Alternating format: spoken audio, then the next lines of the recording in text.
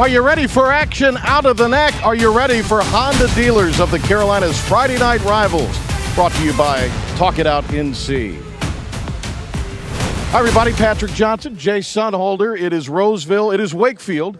Class of 03, welcome home. Thank you. Homecoming. A little homecoming for Sonny here tonight. Let's talk about Rolesville first, Jay. Obviously, a tough beginning to the season. They're trying to get back to the state championship game. That kind of begins tonight. It does. This is one of the most talented teams in the state, and they've got that experience from last year. That slow start really kind of built some character. They fought through some adversity.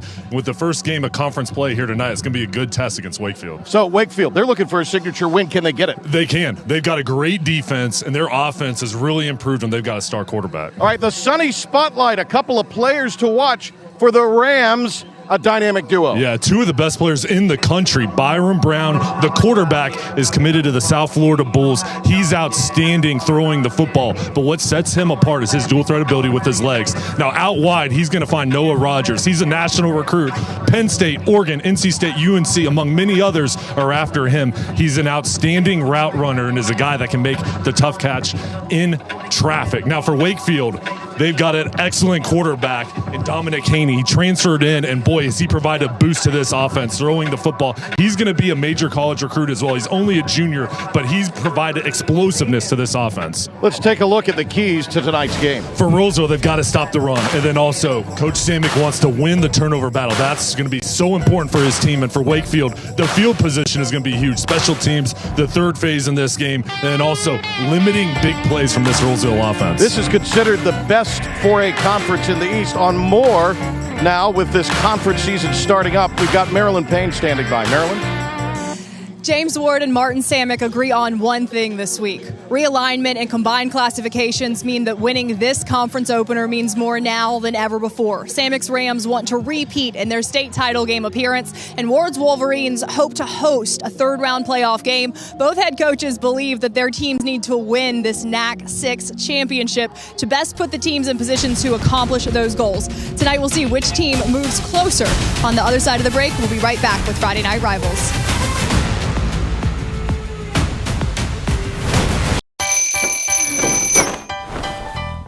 Need a little incentive to get up? Try a savory sausage, egg, and cheese McGriddles for just $2. Breakfast, it's on at McDonald's. Jacob, the type of child that was not outspoken at all. Before NC Pre-K, he was shut down. His teacher helped him a lot. Now he's raising his hand, answering questions. When people think about schools, they tend to think about just the teachers. We have so many people behind the scenes to make the schools safe, to make our students happy and healthy. I'm happy that the North Carolina Education Lottery funds to help pay for our support staff. My child can go to an awesome program for free, and that's a big relief. Every road has its challenges. We say, bring them on. At Honda, we engineer each vehicle to outthink obstacles, to overcome difficult conditions. We engineer them for drivers who are determined to power through, just like you are. Rise to the challenge with the rugged performance of the Honda Passport, Pilot, and CR-V.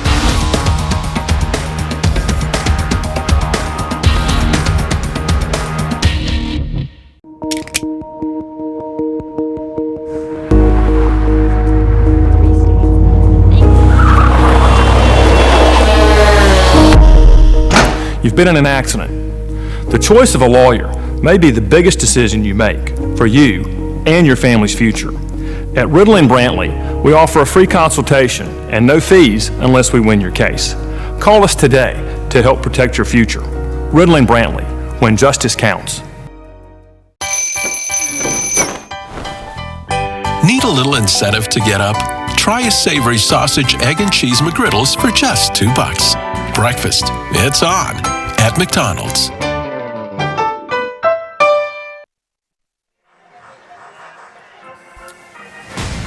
A big thank you to the United States Marine Corps for tonight's coin toss. The few, the proud, the Marines. Contact your local recruiter today. NAC 6 action starting here tonight. Coin toss was won by the Rolesville Rams. They've deferred to the second half. So we'll get a look at the Wolverines first.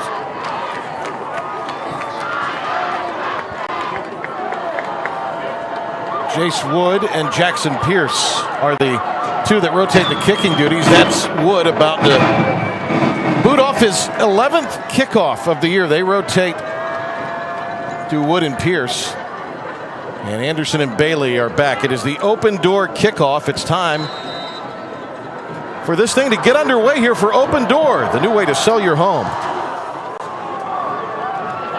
Good leg. A couple guys there run into one another from the 4.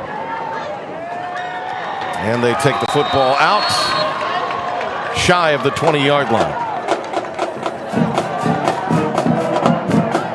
So JR, look at Dominic Haney in these sharp-looking maroon uniforms tonight, head to toe. And Wakefield takes over possession. Haney is a next-level guy, could probably play a couple different positions at the next level. Yeah, he's only a junior. He runs a 4.5 40-yard dash, bench presses 315 pounds. The biggest thing he's done since transferring in this year is bring confidence to this offense, and he's done a nice job distributing the football. This is a nice thing he's done this year. He'll run for a first down and more as he takes it out to the 20, or rather 34-yard line. That is a Hall Insurance Group first down. Our Talk It Out NC starting lineups. You look at their left tackle, their left guard, and their center. Honors students, very bright team that they have, especially with the guys up front. We told you about Haney. Kraske is the running back, who's a Ohio State lacrosse commit. Kyle Anderson, Nemo Jones, and Jackson Froh are some of the receivers. You expect to hear from them tonight. So a first down run. They'll have the football at the 34. And they'll stay on the ground here. That's Kraske on the carry. Came in with right at 100 yards on the year. Only had 1 yard on the ground last week in their shutout win at Northern Durham. But it is going to be a procedure penalty going against the field here at home. Rolesville's defense for Talk It Out NC. And this is a group that has had their struggles at times this year. They're very good up front, though. And then number 11, Ja'Cory Bible, 17 tackles, 4 tackles for loss in the 4AA state championship game a year ago. And he's a guy that stands out on film with his speed. He's got the instincts that you want in a linebacker. Coming off the edge, he provides a big presence and run support, but also getting after the quarterback. So 1st and 15 after the penalty, the throw, and the receiver goes down. Intended for Jackson Froh, the senior. Pass intended for the receiver, number 9. Haney through the air this year, 61%. He's been quite accurate. And he's got a strong arm. You see him there being tough in the pocket, taking the hit. But he's got an arm that he's going to be able to stretch the field out, really put a lot of pressure on the secondary for Rolesville. 6'3", 200-pound junior. And his head coach, Pooh Ward, considers him the best athlete that he has coached in his near quarter-century career. Twins here with Raske beside him. In the flats, nice catch and turn. Out to the 45-yard line and out of bounds. They go back to Jackson Froh. This time he delivers. A beautiful route by Froh. Look at the protection up front. Only a 3-man rush, but rock solid. And then the pass from Haney right in stride. Perfect spot. And then Froh finishing off this run. And this Wakefield offense, you see the explosiveness, but also the toughness. The offensive line has done a nice job so far, and Froh finishing it off. There's a good look there at Coach Ward, 3rd season. He's built this thing the right way. When he took over, they only had 60 players in the program total, but they now have over 90 in the program, and the majority of those are on the JV as he builds it up. A good run on first down, Coleman Kraske. And it'll cross midfield and get into Rolesville territory. Wakefield having success on first down, putting themselves in manageable situations on 2nd and 3rd. Out of the gun, Haney stumbled, regains, first down the sideline, gets a block, and he'll score! Touchdown Haney, touchdown Wolverines. Let's see if he stepped out, though. They say he did.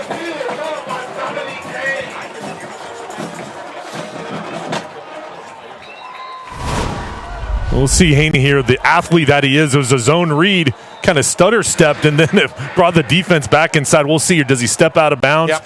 Yeah, it looks like that right foot left. Yeah, and then they're celebrating in the end zone, but he knew he stepped out. But how about this run? The speed to get outside on the edge, and we'll see him here tightrope it. Rolesville did just enough to push that blocker to force Haney out of bounds. Got the block from Nemo Jones.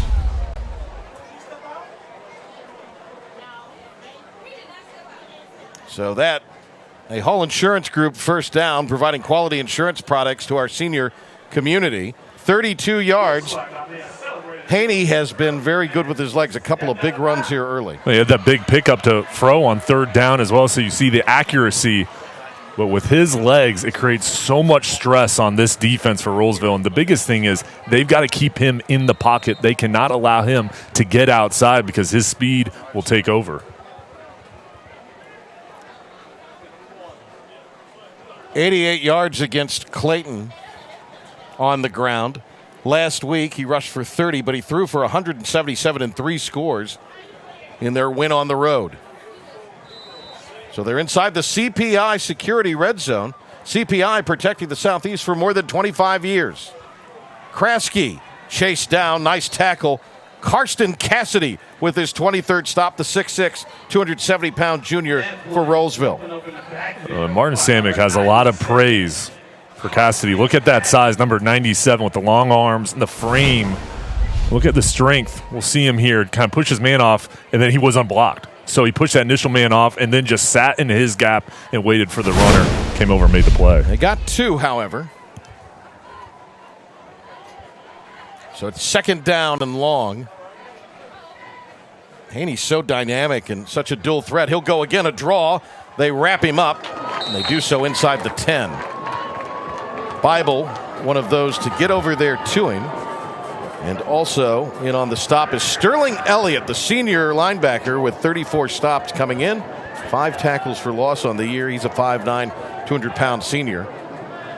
Jay, this group has struggles, maybe not the right word because they played such a really challenging non-conference schedule, but they're just not as lights out as I think they were anticipating being. Yeah, they just haven't gotten the turnovers and the chemistry that they had at last season, but they're building and they're getting much better. Didn't touch him that time.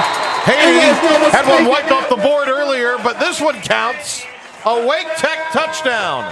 Lead the way at Wake Tech. What a hole up the middle. Oh, and Haney finishing on. Look at the offensive line up front, creating this gap. An outstanding job right in the interior. Muhammad Jang, Alex Lane, Kennedy Wilson, and then the ability of Haney just to wait for it to develop the vision, the patience, and then exploding through for a touchdown. This was an impressive opening drive for the Wolverines. So the kick will come from Jackson Pierce. And Pierce, no problem booting it through. Impressive opening drive for the Wolverines here at home. The field over the bill early. Friday night rivals. Haney untouched. The seas parted. And he took it to the house. We really are worried that this Delta variant is going to find everyone who's not protected. The fact that this is more infectious, causing worse outcomes, and spreading like wildfire in the United States, I don't believe this is a wait-and-see period. It's a time to really roll those sleeves up and get those shots. There are more people dying this week than there was last week. Our rates of hospitalizations are going up. The people that are losing their lives are the people that are unvaccinated. Visit myspot.nc.gov today. A message from NCDHHS. The Rooms to Go 12-day fall sale is going on now, so let's go. Hurry to Rooms to Go. Check out our amazing selection and save big on the great-looking furniture you need. Living rooms, bedrooms, dining rooms, kids' rooms, mattresses, and more. Plus, to make buying easier, get 60-month interest-free financing. That's right, you get both low sale prices and 60-month interest-free financing at the Rooms to Go 12-day fall sale going on now.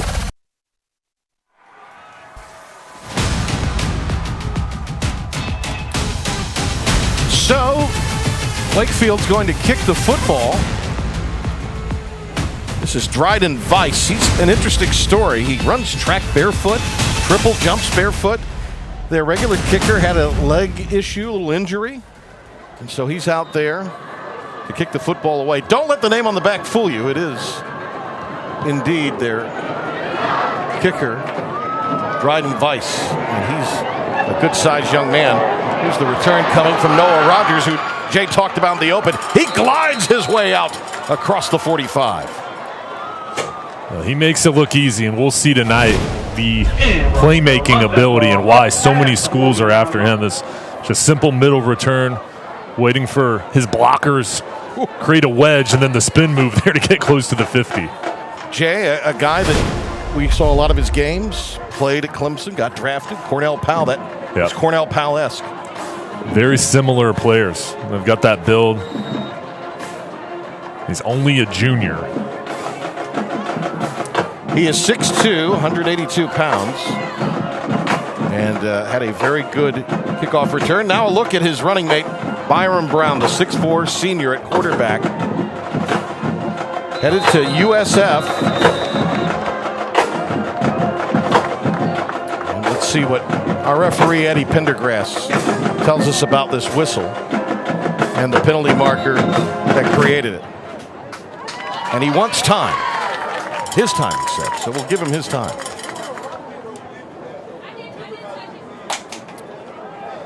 So Sonny, class of 03. You, of course, are a great football star, but I was going to wave the flag off, but a 3-sport athlete. 4. 4? Okay. Track, baseball. Okay. We did try to find some video of it, but I guess this was pre-internet. I don't know. I am, when you do the math, 03, I'm like, that's 18 years ago. That's a long while ago, Jay. Almost 2 decades. Pressure, fumbled, ball on the turf. Who got it?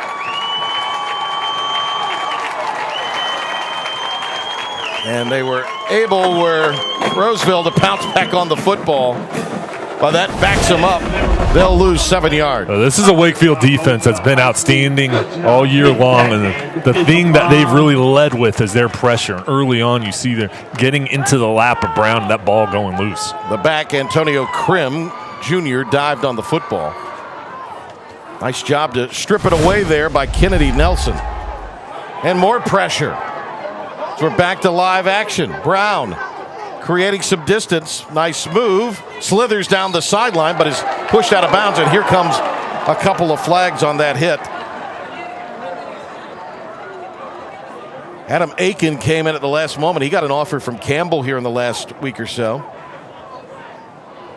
He had an 8 tackle for loss game to Aiken against Clayton earlier in the year, but the young man who transferred from Virginia with a play just couldn't slam the brakes on as Brown darted OB. Well, and you like the aggressiveness we'll see here, but as a defender, you've got to hold up.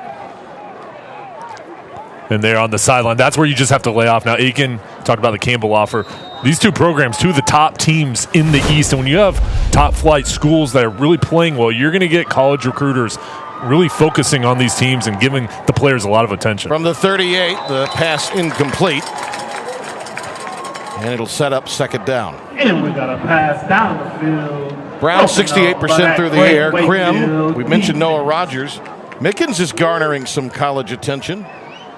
And you see the rest of the starting lineups here. It just can't be Rogers now that they're in conference play. Obviously, the two are very good. So who else has to step up? Well, I think Mickens, Rog, all 4 of the wide receivers. And, it all starts up front. And Henderson, the left tackle, he's another name to watch. But up front, you've got to have that foundation with the offensive line to have the run and the passing game.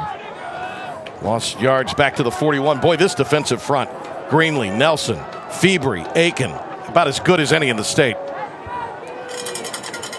And so far, Jay, they're putting a lot of pressure on Brown. They are, and the secondary led by Coach Trent Wilson is really having that back end play at a high level where they can have the front 7 bring about different blitzing schemes and lock things up on the outside with the secondary. Quick throw by Brown, unloads the football to Cameron Raj, makes his 12th catch of the year. Raj out in the flats got blasted. And it'll bring up a 4th down in 2-down territory. And Raj is an impressive athlete. Look at him here getting the contact on the slant route. That's tough going across the middle. He held on to it, and now you're on 4th down.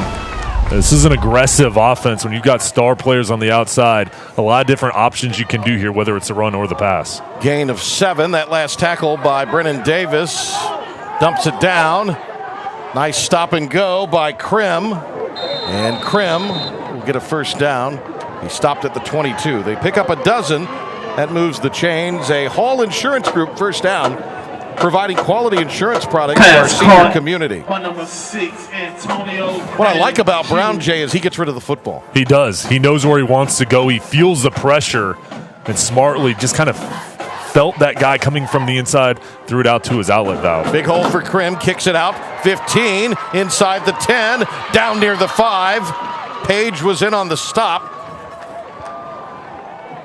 And that's another Hall Insurance Group first down as they move the chains. Here's the talent of Krim. On the previous play, we saw him catch a pass for a first down.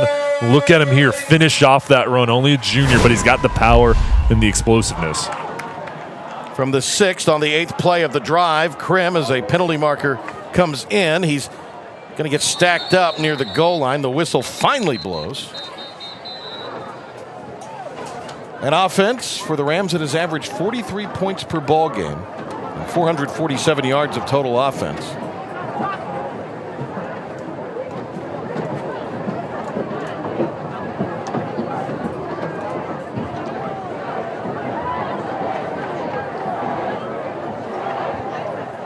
So the penalty will go against Coach Ward's bunch.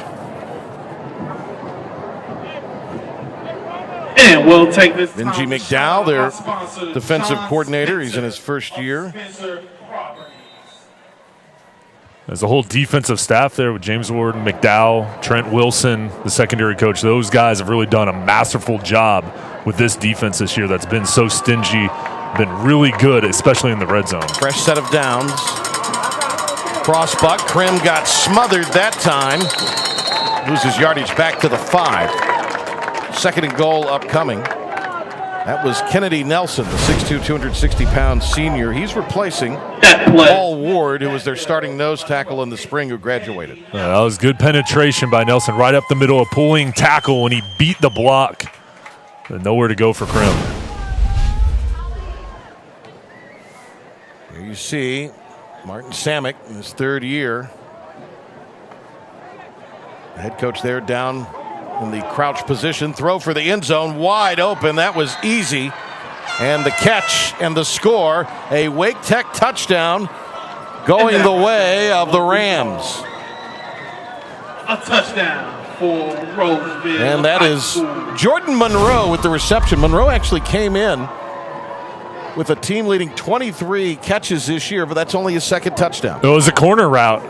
The 2 outside receivers, Rogers and Roach, went to the inside.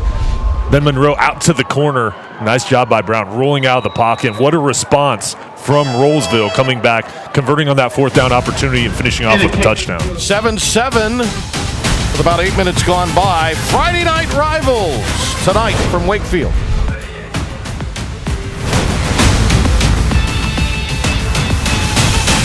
Imagine being connected to and securing your entire home with a simple touch or command of your voice. Or detect an intruder before they get in. The technology connected to your home can do more than just alert you, because the most experienced team in smart security has got your back. CPI Security. Identify yourself. Get 40% off CPI's Essentials Plus Smart Security System and a Video Doorbell Pro free. CPI, the leader in smart home security. We all wear multiple hats. A different hat for every job. At Wake Tech, we have multiple hats too. From welding, to construction management, to baking, to public safety. Wake Tech can help you determine which hat fits you best. Visit Wake Tech online or in person, and try one on for size. Wake Tech. Success starts here.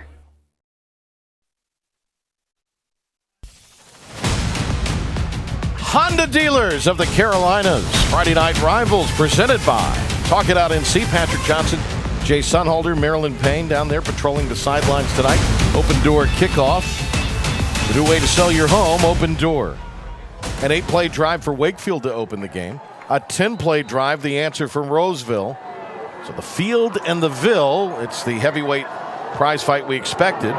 Here's the kickoff coming from Wood this time. Taken from inside the 10. Really nice return there for the home team. And that's Anderson. Kyle Anderson. Jay, we didn't highlight him necessarily in your players to watch, but he's a good one. He is. I mean, he's a guy with the ball in his hands. You know, he stands out on film. Great speed. You see there in special teams, he made an impact. So 4.5 to go, and they'll start at the 33-yard line.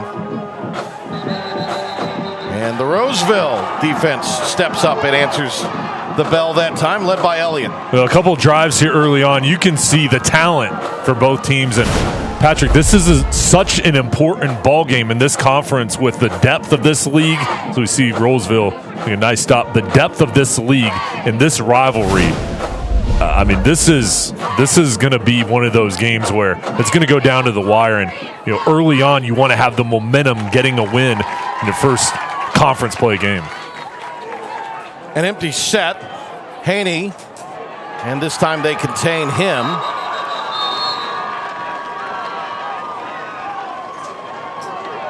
Cassidy up front again. The key for this defense of Rolesville is to keep Haney in the pocket right there. They collapsed down. Cassidy and the other defensive linemen really kind of built a wall and didn't allow Haney to get to the outside. Lost yardage back to the 28, a 6-yard loss. Coach Ward calls the plays. John Harwood, a Ruffin McNeil disciple, assists in those play calling duties for Wakefield. See what they have dialed up here, 3rd and long. Nice run, and it's going to be a first down. Simple play out to the 49-yard line. Throw. So how about this play call? 3rd down, 3rd and long, some misdirection, and then a little reverse.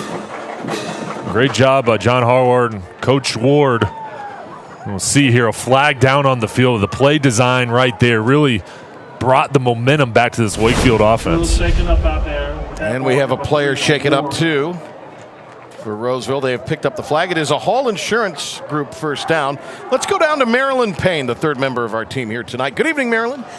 Good evening, Patrick and Jay. John Harwood not just assisting in the play calling down here for the offense. He is the hype man coach on this sideline. After the touchdown, he turned around and went straight to the crowd before he went over to his offense to review the previous scoring drive. And he yelled, "Get on your feet. Let's go. This is the night." So they certainly understand what's on the line here as they open conference play. A lot of excitement, a lot of great talent from both sides here. So they picked up the flag, the gain out to the 48 officially, so a 20-yard play there, and I like the idea that they went with a little bit of trickery. Pump fake. Down the field. Caught, but Jones couldn't hang on actually. Out of bounds, going to say caught but out of bounds, but he actually couldn't bring it in. He is something else. Last game, he had 106 yards receiving. All 3 of his catches were for scores. Nemo Jones, the senior, the ex-receiver, could not bring it in there. Jones has the deep speed of hitch and go. Perfect job by our crew with that camera angle right along the sideline there with the hustle. That's your number, right? Number 8. That was back about 18 years ago. That would have been my jersey. Zings it over the middle. Nice throw. And it's Jones again with a catch at the 45-yard line. So he gets into Rolesville territory. Something I know you like it when you have a receiver and you give him the ball, he can't make a play, you go right back to him. You got to go back to him, especially with a guy of Jones's talent. You know that he's going to get open. You want to feed him, and him and Haney have kind of that chemistry that you're looking for between a quarterback and wide receivers. Good job there, going right back to him in a positive gain on 2nd down. What would you like to see here on 3rd and short there? I'd go right back to him. One-on-one coverage, a safety right in the middle playing cover 1. He's going to have it on the outside. Haney will stay with his legs, though. A little kick it outside action, and he gets to the 41. A first down on the gain of 4. But we do have a penalty marker, and that's in the area where it could be a hold. And if that is the case, it'll back him up and create a 3rd and long.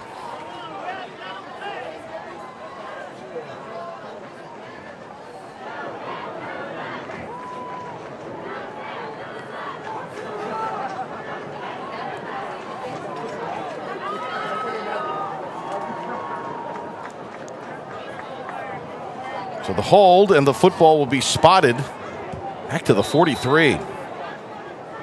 3rd down and 14 now. Gee, with the way they've moved the ball, not a bad idea to necessarily go on the ground with Haney here, although we'll see what he does. But first, we have a timeout called just inside of 2 minutes to go here tonight from Wakefield Wolverine Stadium. These maroon uniforms, they had the guys on the team buy these jerseys. They did their own fundraising. They bought them themselves, and they break them out for the big games. So that tells you this is a big matchup here tonight. But they look sharp, and it is. This is a rivalry game. Rolesville was in the state championship last year against Vance, which is now called Julius Chambers, at NC State. So they're going against one of the best teams in the state, one of the best teams in their conference. But I'll tell you, Wakefield, what they've been able to do under Coach Ward, building this program up in year 3, they look really, really good on the defensive end. And with Haney at quarterback, this is an offense that's got so much talent. You can see here early on the ability of them to throw the ball and run the ball, and they're on the rise, and this is a really big test for both schools. Chambers losing their first game here recently. They'd been number 1 in the polls for much of the year. Didn't sense a whole lot of panic necessarily from Coach Samek's side of things, but he did feel like that they kind of need to get going here. They played a very challenging pre-conference schedule,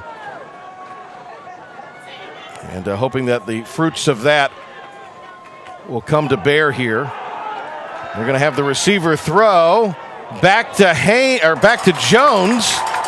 Jones, picks up a block, gets the first down, spins for more.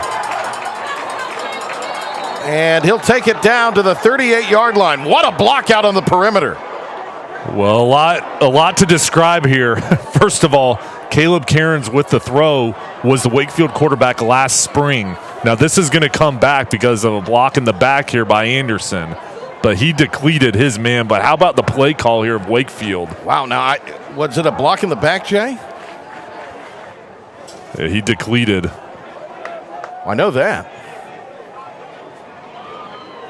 Unless they pick this up. If it stands, it's going to be good for 17 yards.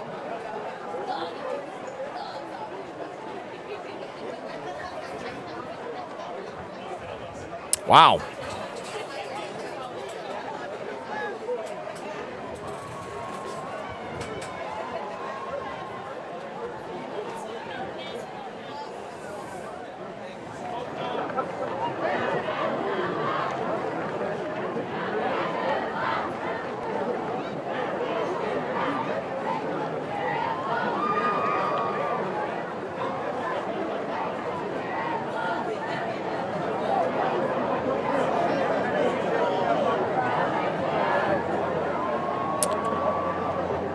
So a couple of flags there, and the block in the back will stand. Again, here's the reverse, and then Caleb Cairns, and the quarterback, he was looking towards the left side. He's moved to tight end now. Then there he went back to Jones. And then and that was out in the back. That looked, to me, that looked legal. Yeah. Bad call.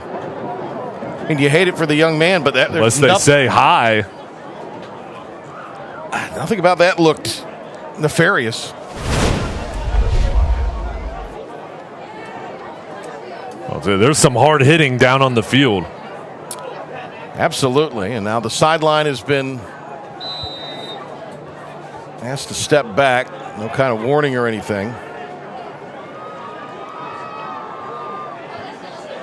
Push back to the 38. We'll run it from there after the second penalty on this drive.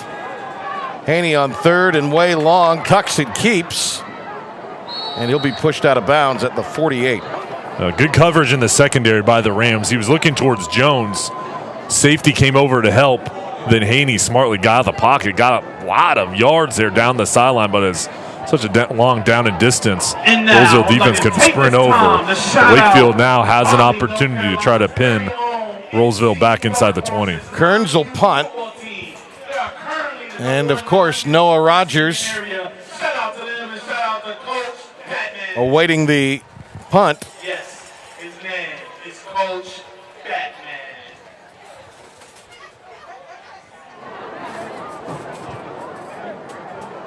Cairns gets it away.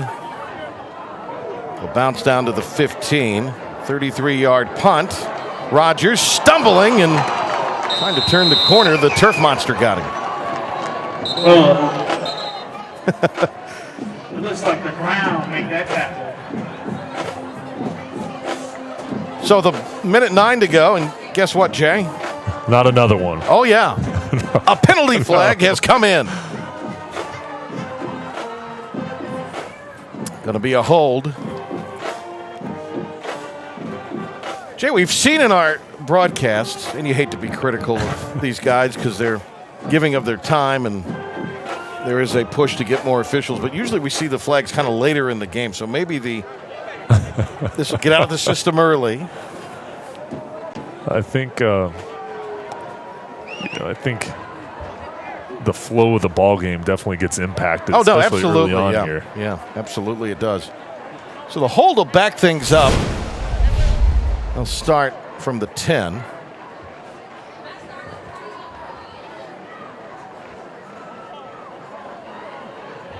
I just lost his balance. The Rolesville offense looked really good on the first drive. Now backed up inside their 10 to start it off here.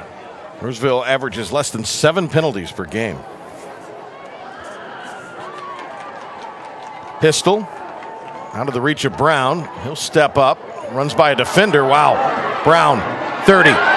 Nice move, kicks it outside, midfield, down the sideline, and a huge gain. A Hall Insurance Group first down as the chains move.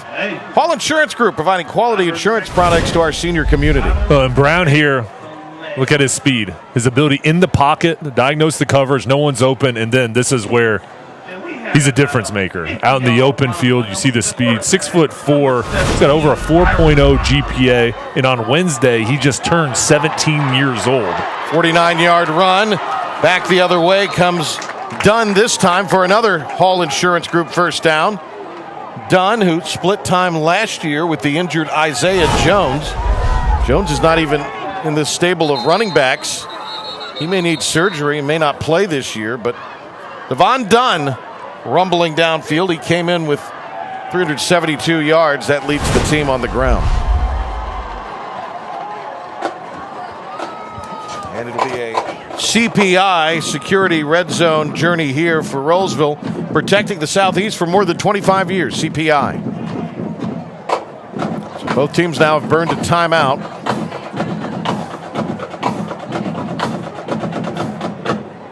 Back-to-back first down runs. That one went 22 yards.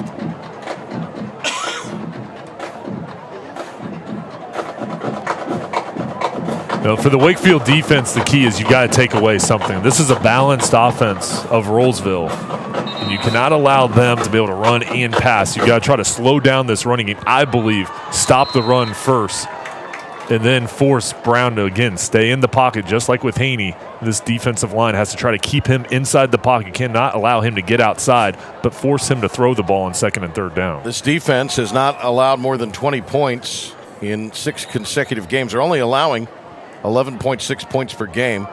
And they came in allowing less than 67 yards on the ground to their opponents. That'll certainly be challenged here tonight. Michael Downing lined up, jumped. So that'll back him up to the 24. You know, for Brown, we talked about him turning 17 this week. So as a senior, 17 years old, next year going into college, he's only turning 18. So still so much potential once he gets to USF. Throws here, incomplete. Tried to work the ball to Cam Raj, but threw it out of his reach. It just dawned on me, Jay. He's 17. You were here 18 years ago. He's not even alive. Wasn't even born yet. Why do you keep calling me old? Well, you've brought it up twice. I didn't realize it's been that amount of time. Well, with Brown, though, the thing about it is, you know, most of the times you're going into college, you're turning 19. So he's a young player, and his growth, Coach Samick talked to us about, you know, here he's grown about a foot since he's been at Rolesville in high school. Done. Got uprooted after a really good gain.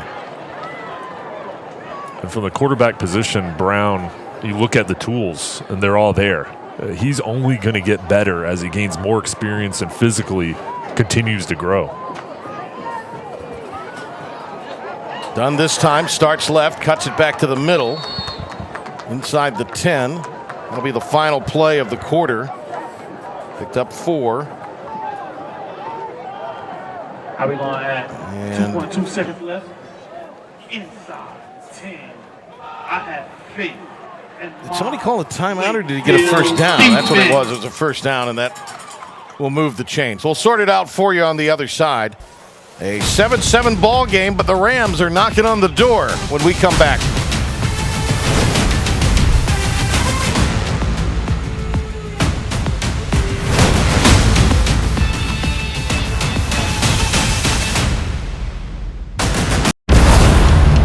For homicide detectives, the first 48 hours is everything. We're investigating murder. Once that line is breached without a lead, Who pulled the trigger? the odds of solving a case are cut in half. 911, what is your emergency? I just saw someone get shot. Try to make some sense out of this. The victim's handgun. I've been awake 36 hours, and it's absolutely worth it to bring this case to a close.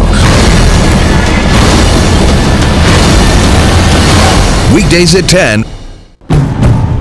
Every road has its challenges. We say, bring them on.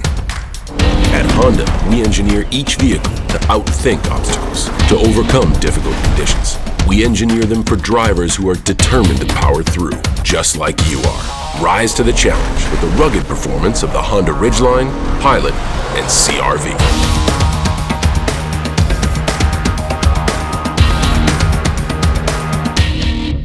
A+ Tree and Crane Services has been Raleigh's top tree service since 1996. That's more than 20 years of serving our neighbors. Whether it's helping your family or business recover from a natural disaster, or simply the threat of rotting wood, we guarantee you the safest, most professional experience possible.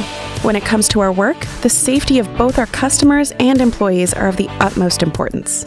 So when C+ doesn't cut it, call A+ for the best tree service in Central North Carolina. Mark your calendar, check the days. The amazing Rooms to Go fall sale is going on now, and thousands of shoppers are getting huge fall sale savings on great-looking living rooms, bedrooms, dining rooms, mattresses, and more. Plus, to make buying even easier, there's 60-month interest-free financing. That's right, you get both. Low sale prices and 60-month interest-free financing. So hurry to the Rooms to Go fall sale today for great-looking furniture and low sale prices. Goal to go as we get going here. And Rolesville in the midst of another impressive drive. A lot of it done by Byron Brown. They went to East Forsyth. Now, they got beat. Defense didn't play particularly well, but Brown was really good. 206 yards passing, 123 yards rushing that Week 2 performance. Team came up empty, though, but Brown here. Back to the line of scrimmage. So 2nd and goal here for the senior. A lot of teams on him late. He also hit a growth spurt, Jay. He was something like 5'8" as a freshman. Yeah. He's grown so much, and Coach Samick said, we think he's still going to grow, continue to grow. Right now listed as 6'4". I wouldn't be surprised if he gets to 6'5", 6'6" here. Hands it off. Easy run for Dunn. He'll deliver his 7th scamper of the year for a touchdown. And that for Wake Tech. Lead the way at Wake Tech. Another flag here coming in late, but Dunn's an impressive athlete. 6 feet tall, 180. With that power, easily getting in the end zone.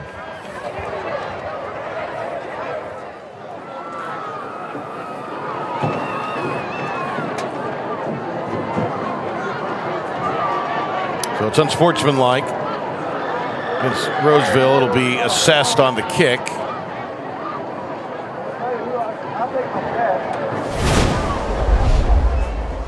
And excessive celebration prompting this.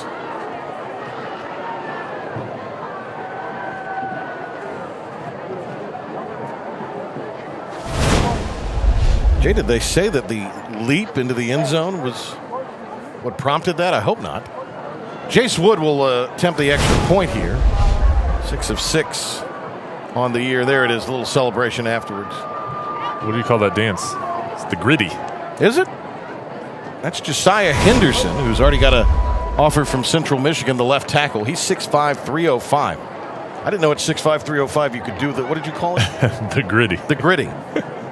And I'll tell you, down on the field before the ball game, seeing Henderson, he's a powerful guy. Yes, he is. I mean, you look at the strength and just watching him play, how he can move defenders.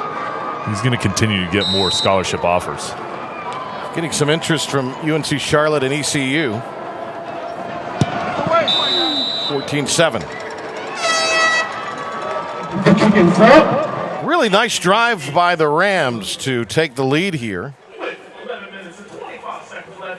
Well, here's your invitation to stay tuned for the myspot.nc.gov halftime report. We'll have this week's Riddle and Brantley Scholar athletes participating, school interviews with the principals and other officials, highlights, and a lot more. Don't wait to vaccinate. Find a COVID-19 vaccine location near you at myspot.nc.gov. That national highlights package again, Jay. That great block on the field goal made it last week. What a game we had last week between those two. Yeah. Really a fabulous matchup. Holly Springs, Apex Friendship, it was the a lot crowd. Of fun. Yeah. It took us 30 minutes after the game to get out of the parking lot because there's so much traffic. Well, speak for yourself. I got out pretty quickly. Well, you also drive, how would I put it, a little aggressive. Yeah, well, it's a 90-yard drive. It took him 7 plays. Your motto is, I didn't do anything wrong if I didn't get caught. Yes.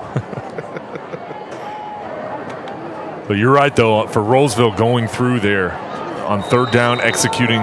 They did it on the ground and through the air. And I've been impressed by Wakefield's offense as well, continuing their drives and keeping this Rolesville offense on the sideline. Here's the open door kickoff. Open door, the new way to sell your home from the 20. Anderson takes it 15 yards to the 35. In the open, we talked about field position for Wakefield, the importance. Really doing a good job on their return units and helping out this offense. They're on the 35, a nice job to help out Haney coming out here to begin this drive. Pooh Ward's team 1-6 in the spring, 0-5 in the league. They lost to Roseville 56-35. They've built it up each year here. In his third year, he came over from Bedingfield. They're off to the very good 4-1 non-conference start. Jay, we talked about the Rams having to have some other players step up, but this is an offense tonight that's going to have more than that. Haney turn in a big performance as Kraske totes the football ahead. He was stopped by Elliott. Well, you're right. I mean, they've got to have a running game, and then, we know that Haney is going to be able to break the edge and do damage with his legs, but this running game up front, hitting the ball off, they've got to have somebody else, especially doing it on the ground. Jacob Stevenson went in motion. Not a whole lot there. Haney got blown up. That is Ishan Scholars, the senior. And he gets in on the tackle.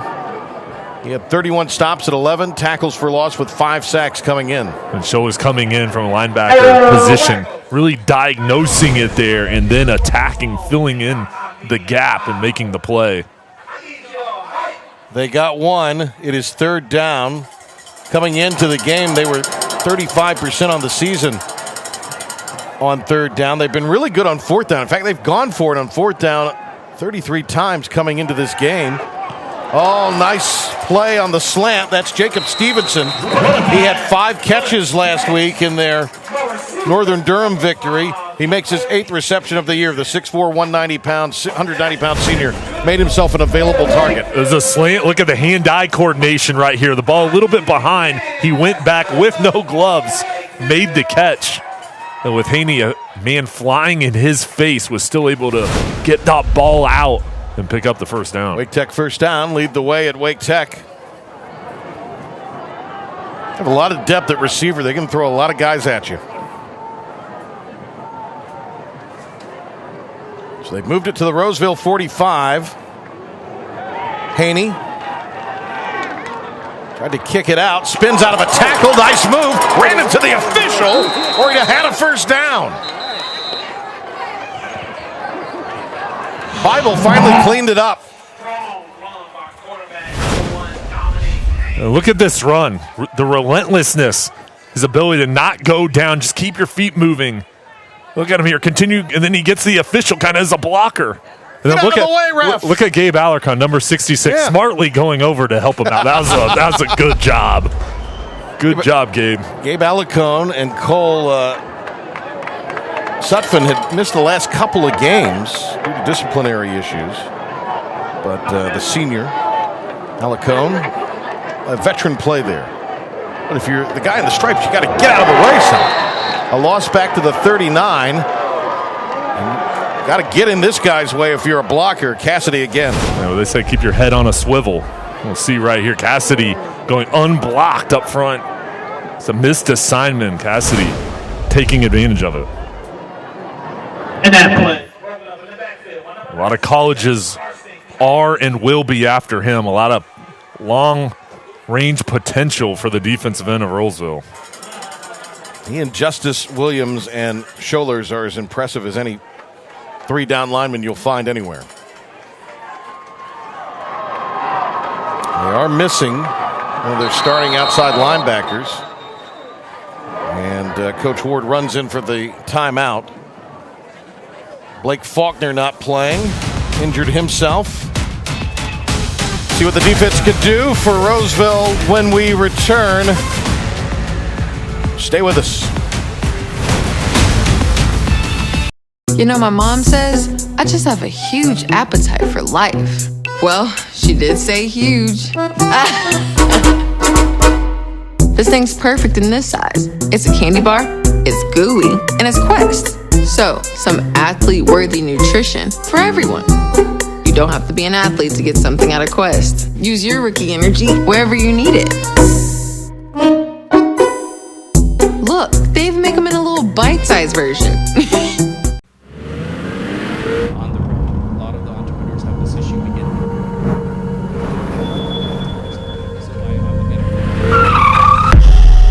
You've been in an accident.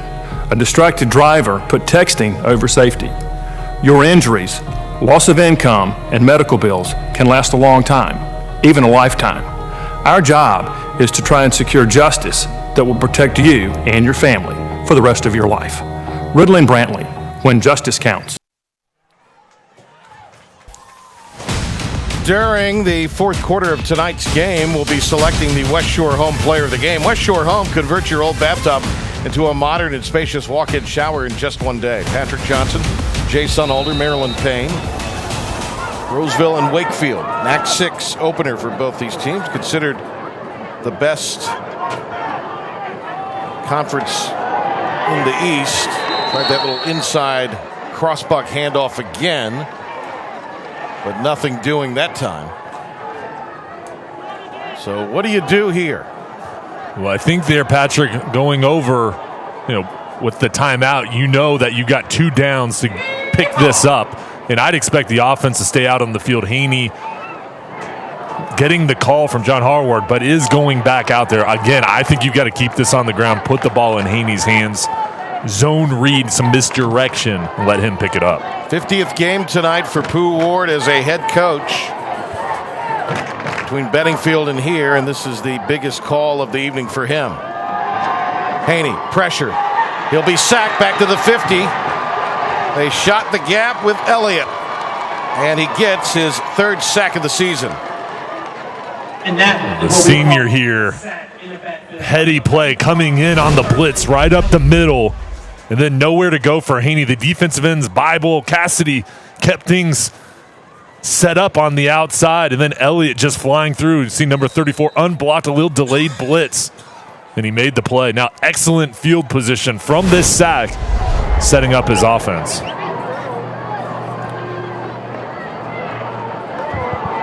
They'll operate from midfield here. Will the Rams? Aiken teaming with Fro to make the hit on Krim. Krim transferred in from Florida. And with Isaiah Jones out, it has given him that option to have two running backs, and that's something that Coach Samick prefers. Well, they have depth, too, when these guys really push each other. The competition between them, they make each other better. And it's really showing off out on the field here tonight. Pulling it out is Brown, and Brown darts around the right end. Stopped at the 42 downfield. It's Devin Jugan in on the tackle. This two-headed monster at running back, Marilyn Payne, it has worked out very well this season. Yes, there's so much conversation about the quarterback wide receiver stars on this group, but let's not forget this ground game. Despite Isaiah Jones' injury, the ability to have what Coach Martin Samick calls a running back 1A and 1B has made this offense so good this year. Going for the home run ball here, and it's thrown out of bounds. They came in averaging over 200 yards on the ground. Now, certainly Brown contributes with his legs to a lot of that as their leading rusher. But with Krim and Dunn, they've been able to really spread the wealth around on the ground. I need you out, fans. I need you. So it's fourth down and short here. There's Krim, 6 foot, 190 pounds. Noah Rogers yet to come up with a catch tonight. Matched up with Davis. Wakefield's coming. Here come the penalty flags. Yeah, false start. And Wakefield showing blitz and forced the Rolesville offensive line to jump. Now, I think Coach Samick is saying that we called a timeout before the play, but at least he didn't like the call. So that'll back him up to the 47. And they're going to punt the football for the first time tonight. Fake. There it is. There goes the fake down the sideline. Krim to the house. 47-yard run for Krim on the fake punt. What a time to call it. Martin Samick over there, knowing his team kind of in that midfield position there, willing to take the risk, and it pays off. We'll see Krim here. It's the up back, get it, and then the offense doing a nice job. Look at the blocking on the outside. Krim easily getting there, and the speed just taking over. He races in for the 5th time this season. Extra point up and through for Wood. That makes it now 21-7, a 2-score lead for Rolesville, and 21 unanswered for the Rams. Krim on the fake into the end zone.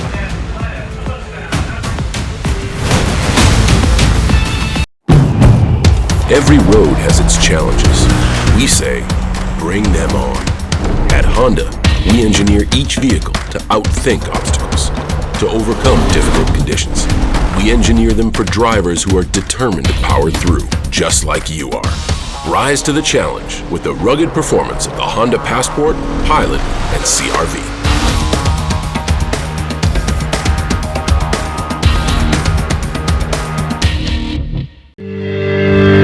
We all wear multiple hats. A different hat for every job.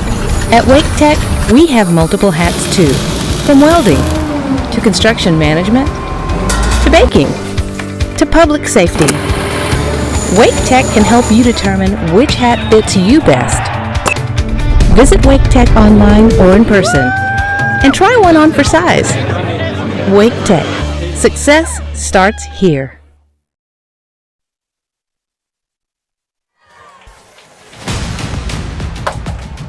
5.5 to go before the half. Time for the Open Door kickoff. Open Door, the new way to sell your home.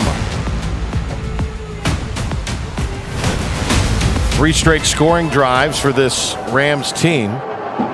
Wood now will handle the kicking duties. Usually it's one kicks the extra point, the other kicks off, but they're going to go with Wood here to handle the kickoff.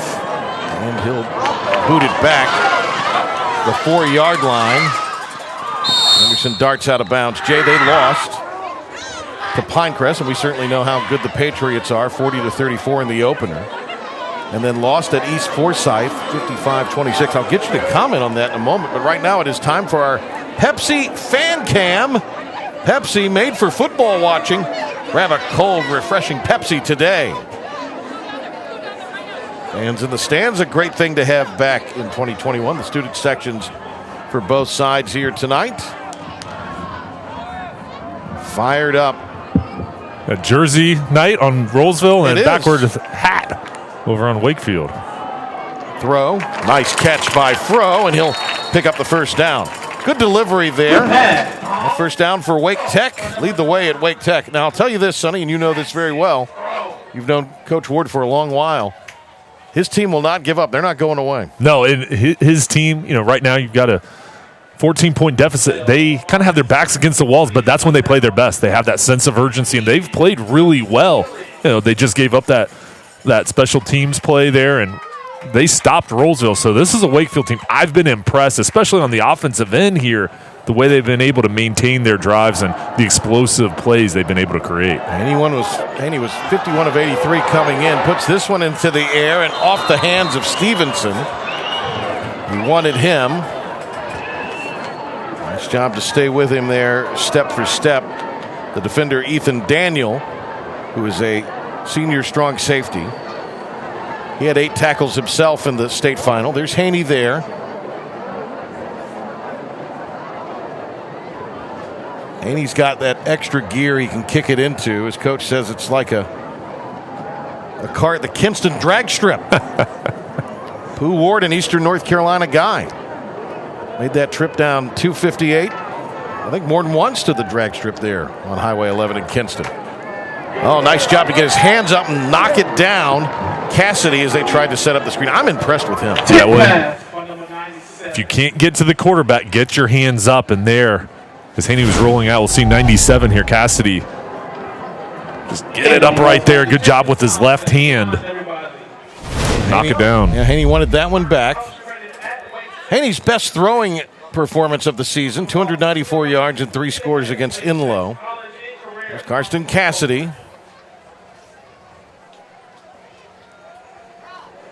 Whenever you see a guy that's height, 6'6", it's all about leverage. And he stays low, uses those long arms, bends his knees to get underneath the pad level of the offensive lineman. That's where he creates so much power because he can use his hands and shed the blockers because he stays lower than them. 3rd down 10 here. Wakefield's been good on 3rd down. We've seen a lot of misdirection. Caleb Cairns lined up as tight end in the slot. Rolesville's allowed 39% on 3rd down this year. Haney gets rid of the football and almost threw an interception. Threw it into triple coverage as he wanted to get it to Caleb Cairns. So the senior surrounded, and Haney. This will result in a punt. For the second time tonight, they had a 33-yard effort earlier. Well, look at the power here. His jersey was kind of being pulled down. He still was able to make the throw. Now Rolesville just reading the eyes of Haney and nowhere to go with that ball. Cairns came in averaging 34 yards. He's put a couple inside the 20 and a long of 53 this year. And he's got to be very careful here, especially with the dangerous Noah Rogers back there. Sends it over to the sideline. Bounce down and finally be downed about the 37. So that's going to be a 30-yard punt. But he kind of did his job there. He kept it out of Rogers' hands, at least for now. Rolesville gets it back.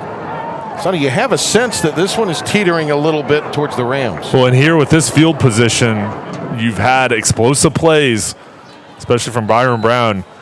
You're really feeling confidence if you're coming out of that huddle for Rolesville. And here going into the halftime break, again, you want to just maintain this momentum and get another long drive. They're going to operate from their own 37. Brown comes in with a career 59 touchdowns thrown. He hands it to Dunn here, who bursts through for a first down for Wake Tech. Lead the way at Wake Tech. Chains will move. Gets down to the 47-yard line. And look at the speed here by Dunn, the burst. As he gets through that first wave.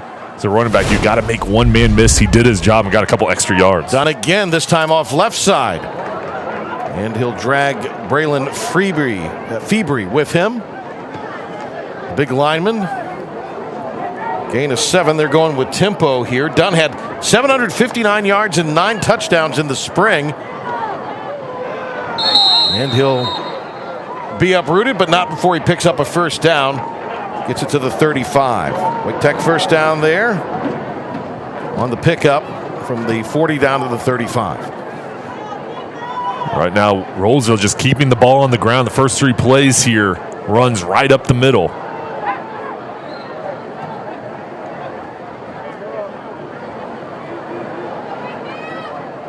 Brown earlier throwing that 60th career touchdown.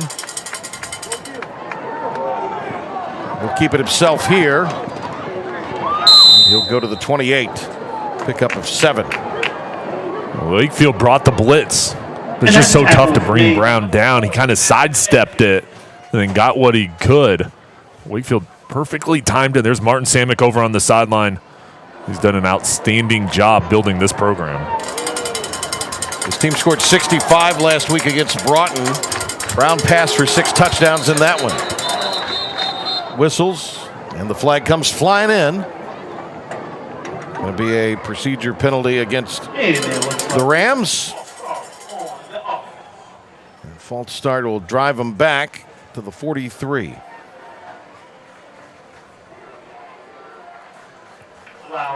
Martin Samick has done a fabulous job since taking over. 22-6 at Rolesville. Was at Parkland before here, and he really built that program up. They had double digits in wins in his final year, but actually started 0-22 over his first 2 seasons. Nice job by Fro to shoot the gap. Get that play. Oh, will be spotted at the 34. Well, look at Fro here playing both ways. Just went right through the block. Good speed. And then solid tackle. This Wakefield defense has to get off the field here on 3rd and long. They're 55% on 3rd down this season. And was that intercepted? I believe it was. Yes, it was. Off the hands of Dunn and into the awaiting arms of Fro. What a time for a turnover to be generated by your defense for Wakefield. Nice job. Exactly what they needed. Fro see him make nice catches on the offensive end. Look at the hands here. Ability just to get it right before it hit the ground, and now getting off the field. You don't allow any points, and then with 2:18 left, the senior made the big play, and now back out on the field at the wide receiver spot. For Brown, only his 2nd interception of the year. That one wasn't his fault. Haney lofts it up, throws it away. Looking in the direction of the senior Anderson, who's been quiet tonight.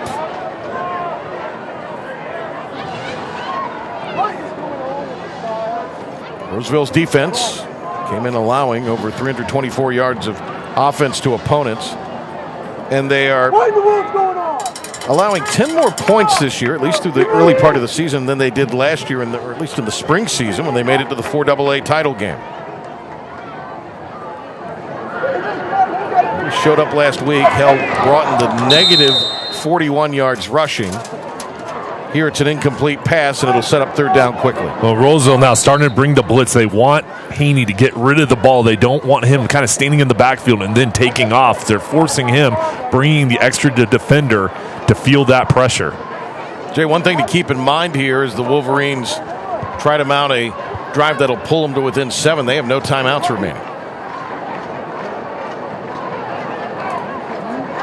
If they can pick up the first down here, I think we're going to see them play up-tempo, just like you said, to manage this clock going towards the halftime break. But they got to pick it up here and protect up front. Looks like the blitz is coming. From the outside, Haney steps up. Haney keeps. Haney spins. Haney into Rams territory. No laundry on the field. He'll be down at the 48. It's a Wake Tech first down on a 17-yard dazzling run from the quarterback. And that's what he can do, create something when nothing's there. Look at Haney right here, feeling the pressure on the outside, stepping up, and then immediately taking off. You have the cutback there, and then it's off to the races. Then finishing things off, and James Ward was over on the sideline telling his team to rush, get up to the line of scrimmage. They're going to throw. It will be incomplete. Picked up the tempo there. Wanted John Alicone, the sophomore. But I like the play call here. Alicone going out on the wheel route, one-on-one coverage, and he beat his man. Look at the effort right there, full laying out for this ball.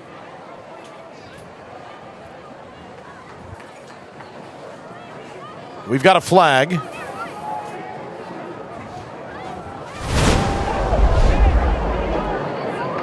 Stay tuned for the myspot.nc.gov halftime show. We'll have this week's Riddle and Brantley Scholar Athletes of the Week. Hear from the principals and other officials from both Rolesville and Wakefield. Highlights and a lot more. Don't wait to vaccinate. Find a COVID-19 vaccine location near you at myspot.nc.gov.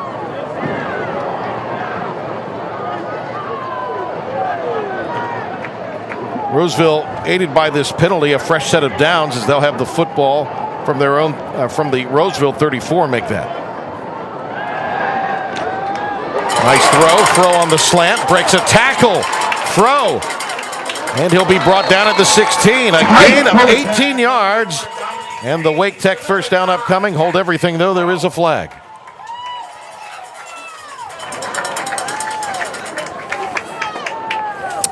Well, maybe not.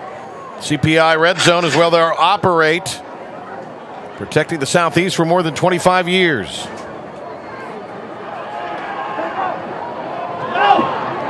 Now a flag comes in. Haney, nice catch made down at the 6. That was throw in traffic, but it's going to be a hold. That is a grown man's catch. I don't even think I would have caught that. So that'll back him up.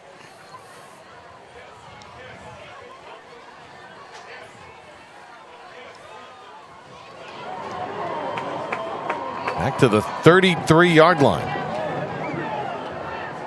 So, Jay, that cost them 17 yards. And then look at Fro here. We'll see up front. Find the hold. Well, we see it right there up the middle. That's Sutphin, Cole Sutphin, the senior who had missed some time.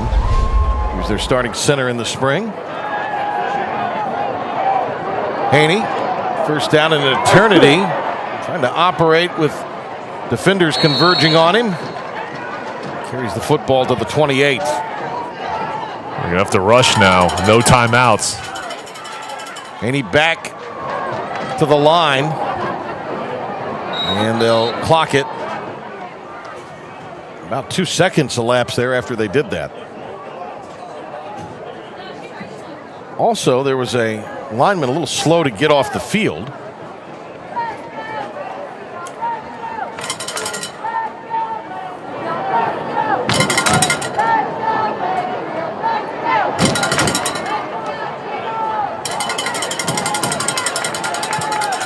I guess it's either Pulley or Bell, or maybe it's the elusive Johnny Rocket. You know, we haven't had a Johnny Rocket this year, Jay. When you have the jersey and known representation on the roster, we'll call him Johnny Rocket. Hard to be named Johnny Rocket if you're an offensive lineman, though. Cairns throwing. Nice catch at the 15. Anderson inside the 5, down to the 4.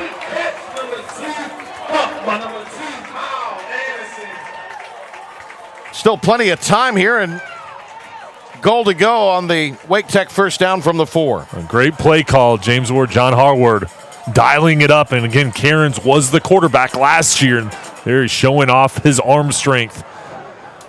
And you're right here, time for probably 2 plays. You cannot take a sack or run the ball. This has to be a throw. Alicone is his running back. A little confusion on what the play is. Braxton Rushing is lined up. And when in doubt, number 1. Call your own number. His second tonight, this time from 4 yards out. The pick six results in points. I just said you can't run the ball. Well, you can with Dominic Haney right there because you know you have that feeling that he's going to make it happen. And so the coaching staff did. They put it in his hands, and there, Trent Wilson over there telling his junior quarterback what a great job he just did finishing off that drive. And it was a momentum drive. And the biggest thing now, 7.9 left on the clock. You ate up enough time where Rolesville probably won't have any time left here looking to get off a play. But look at the zone read. You just followed the blockers up front. A nice job by Braxton Rushing leading the way right up the middle. An 8-play, 65-yard drive that took 2 minutes and 10 seconds. It comes after the interception. So, Jay, I think a big turning point in this game, the pick off the hands of the receiver, and then they were able, with Haney's talents, to move the ball downfield. He eventually takes it in for his second score of the game and his sixth rushing touchdown of the year. Fro had a big catch in there, as did Anderson on the H-back throwback. And so, Jay, this was looking like it was going to be a 3-score game. Now it's down to a 1-score game, and if you're Wakefield, you got to like where you are. Exactly. And it started off on the defensive end. You got the turnover from Fro. And then this offense, with the play calling we've seen so far, the playmaking ability with the legs of Haney, and also his accuracy throwing the football, the weapons outside. The biggest thing is we've seen Rolesville make a couple plays on their defensive line, but the offensive line is held up long enough to allow the playmakers to go deep down the field. We're getting set for the Open Door kickoff. Open Door, the new way to sell your home.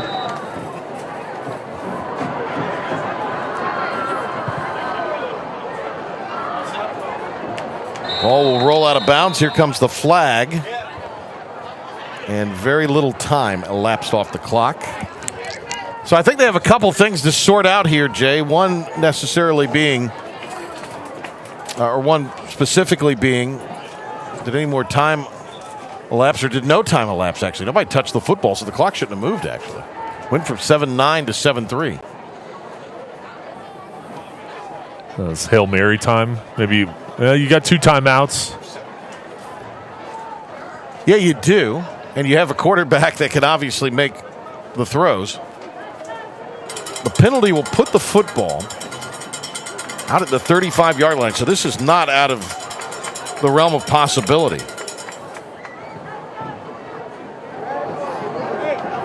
So Pooh Ward telling his defensive second-level guys and his guys in the secondary, get back.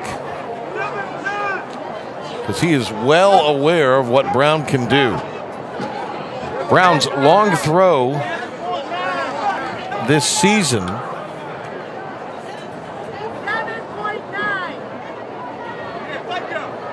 is over 50 yards.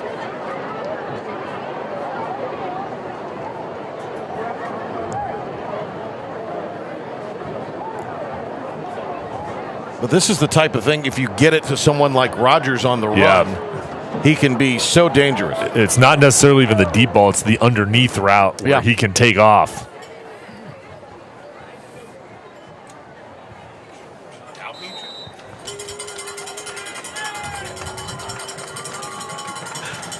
So they put the 0.6 of a second back on. Swing pass, Krim. Krim will be tackled. Did they get a time off called, though, as he got it out? Apparently they did not. There's still some time there. That'll be the end of the half. A big turnover, and then cashing in on it with an impressive drive, Wakefield here at home. And it's a 7-point game. Boy, how the tide turned in this one. It looked like it was going to be all Rolesville going into the halftime break, but that turnover, with just a couple of minutes to go in the first half, breathed new life into the Wolverines. Yeah, the defense stood strong there, and then the offense took advantage of it. That was a big boost going into the halftime break. Wakefield is going to make some adjustments here, find a way to slow down this offense. But Rolesville really picked up the steam, and they had good chemistry, especially on the offensive end. Well, Coach Ward for Wakefield said his goal was to not only be interviewed by Maryland at halftime, but at the end of the game and get that coveted Friday Night Rivals trophy. So he'll have some work if we're going to hear from him on camera later on tonight. Martin Samick, though, and Maryland catching up with him. And she's got Coach Samick right now. Maryland. Martin, why was it important against Wakefield's tough defense for your offense to score in a variety of ways in the first half? Well, we want to keep them off balance. You want them guessing. If you become too leaning on one thing too much, they can figure out a lot faster. So we're trying to keep them off balance that way. Your young defense, how do you feel they've handled what Dominic Haney can do with his legs and through the air? At times, very well. At times, as you saw at the end of the half, there are some things we need to tighten up on because he actually made some pretty good plays before to score that last touchdown before half. What are the specific things you're going to ask the defense to tighten up on? Make sure that we tackle him, make sure we get him on the ground, make sure we stay in our lanes when it's pass coverage because he's doing a very good job finding an open receiver. We'll let you go tell them. Thank you for your time. Thank you very much. Patrick, back to you. Thank you, Maryland. Nice job. Coach Samick and his bunch have looked impressive here tonight. But the creativity on offense for the Wolverines, getting them back in the ball game. Number one in your program, number one in your heart for Wakefield. 2 scores. His bunch down 7.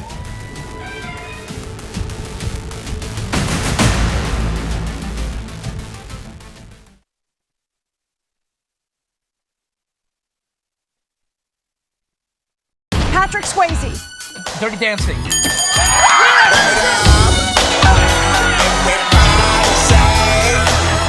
I'm going to set the opening bid. Party. Confetti.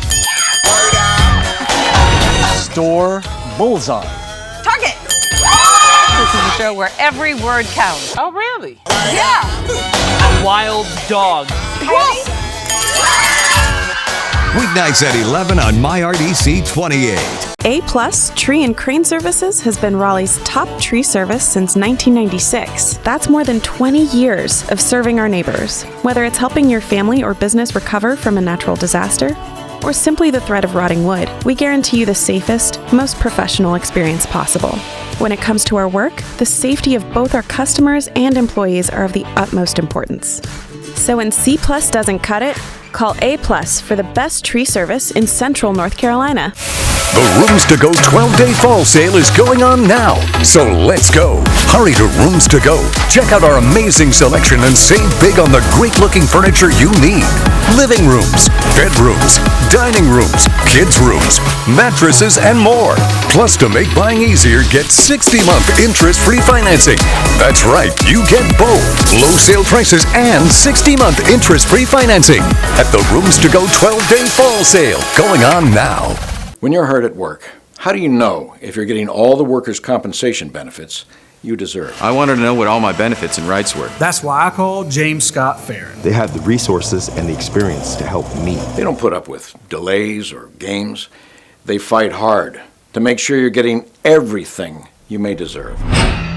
If you've been hurt on the job, get the James Scott Farron Advantage. The call and case evaluation are free. Call on the Hurt Line right now.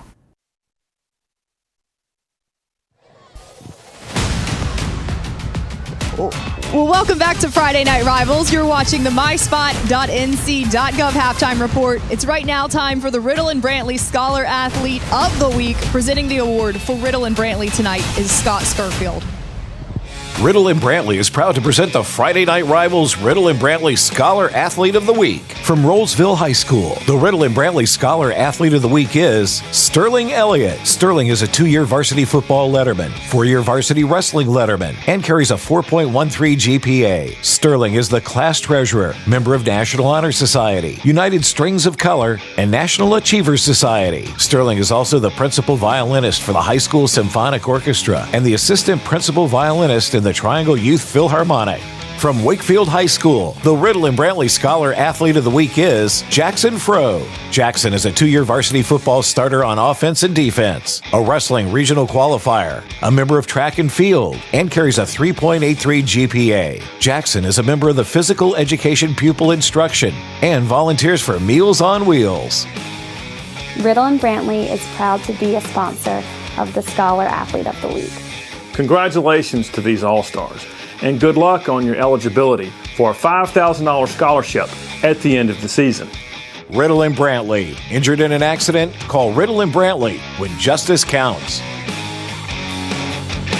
Well, a huge congratulations to our Riddle and Brantley Scholar Athletes of the Week. I'm joined now by the athletic director from Rolesville High School, Tom Kinkler. But you've got ties to both schools here tonight. Now, you won a state championship while you were on the staff at Wakefield, so let's roll this back a little bit. What was the experience like being a part of the Wakefield staff and winning a championship? It was very special. You know, Wakefield will always have a special place in my heart. I opened the school. I was here as the head basketball coach, and I was fortunate enough to be able to coach a lot of great kids. It was a great thing for our school, for the community at that time. It's a memory that we'll never forget. Now, we've been giving Jay a hard time. He left in 2003. You left in 2004. Now you are at Rolesville. What does this game mean to you when you evaluate both sides of this matchup? Yeah, it's bittersweet. You know, I do have ties here to Wakefield. Always will because of that state championship and so forth. But Rolesville is my school. It's a special place as well. Very excited about it. It's kind of neat to see some of my old players and so forth from both sides. So it's a special night for me personally, but, you know, we're here to accomplish what we came here to do. So that's what we're here. And the Rams giving you a lot to root for, too, this past spring, competing in a state championship. Tom Kinkler, the athletic director at Rolesville High School, thank you for joining us tonight. Thank you very much. Stay with us here on Friday Night Rivals. We'll be back with more on the myspot.nc.gov halftime report. I got the vaccine to protect myself. Because COVID-19 is still spreading. All the patients I take care of with COVID-19 have one thing in common. They have not gotten their vaccine.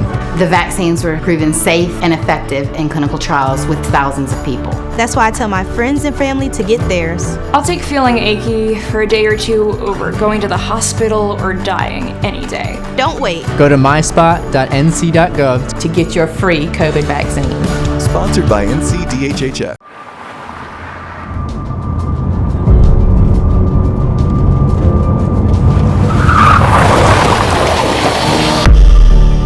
You've been in an accident. It's time to call Riddle and Brantley. We've recovered millions of dollars for car accident victims. Don't settle for the insurance company's low offer. Call us today. No upfront cost, free consultation, and no fee unless we win. Riddle and Brantley, when justice counts. If you need $640 or $850, up to $2,500, just go to WeFixMoney.com and get the money you need as soon as tomorrow. WeFixMoney.com is free to use and available 24/7, and you don't need perfect credit. Go to WeFixMoney.com right now, and we'll guarantee that in 2 minutes, you'll find out if you're approved for a loan of up to $2,500. Money you could get by tomorrow. Go to WeFixMoney.com.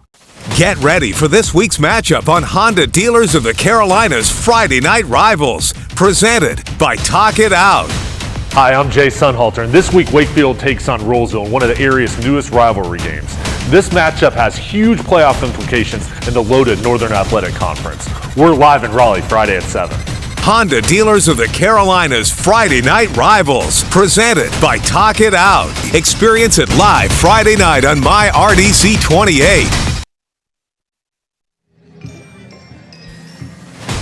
Welcome back to the myspot.nc.gov halftime report here on Friday Night Rivals. Wakefield just pulled within 7 points of visiting Rolesville, and I have with me the Wolverines, principal, Rolesville, the Wakefield Wolverines principal, Richie Bazell. Thanks so much for joining me tonight. A big night for you guys here, welcoming in the conference opener. What's it been like, though, when you evaluate everything at the school, the return to normal so far this school year? Well, we're super excited, actually, because it's been like a year and a half without any of the kids. And when you have them on site and you can see exactly what they're learning, I think it motivates the teachers and the staff. And you can see that we got a big group here. They're extra loud, so they're glad to be back, and we're glad to have them.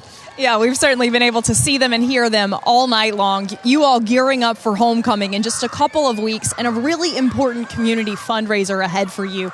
How will the return to community normalcy be advantageous to what you guys want to do this fall? Yeah, so fundraising has been a little weak because, a huge moneymaker for the school is the football games, which we've had a lot of restrictions on attendance. But when we have homecoming against Millbrook, which is one of our arch rivals, we expect a big group.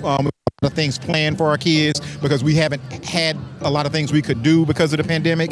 And then we have our annual fundraiser, the Mistletoe Market, which will take place November 13th. And they have a lot of crafts, about 100 different booths out there. So if you need to get ahead of your Christmas shopping, that'd be a great opportunity because, supply lines are down, so you may not be able to get everything from Best Buy, Target. So Wakefield's a great place to come, November 13th.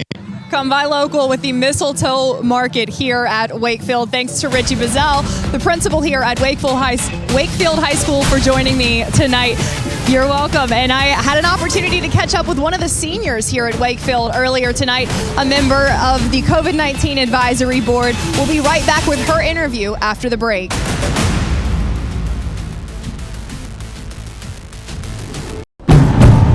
Every road has its challenges.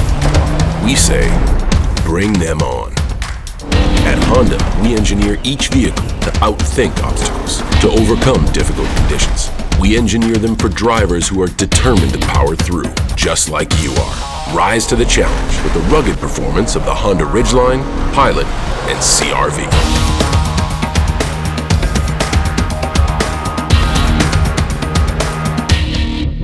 You've asked me all kinds of questions about my living Atkins. Here's a question for you.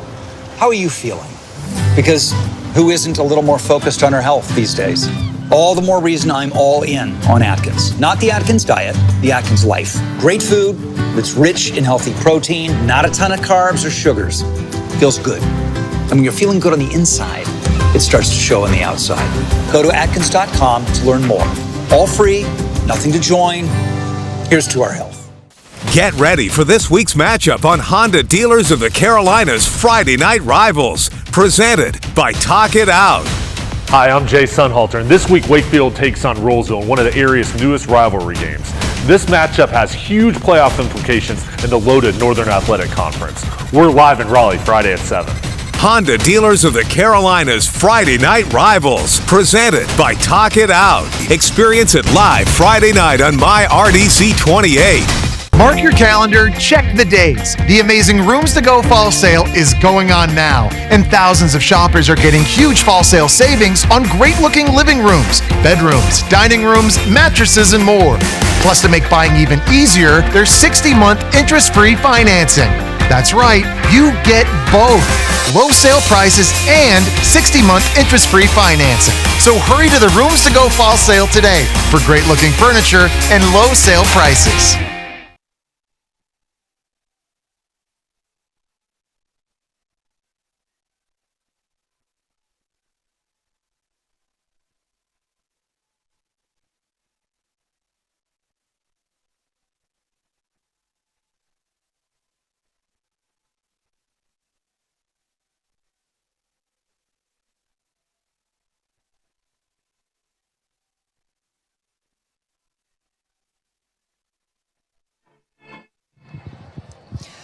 Welcome back to the myspot.nc.gov halftime report here at Wakefield, where Rolesville leads 21-14. Earlier today, I had the opportunity to catch up with one member from the COVID-19 Teen Advisory Council here in Wake County.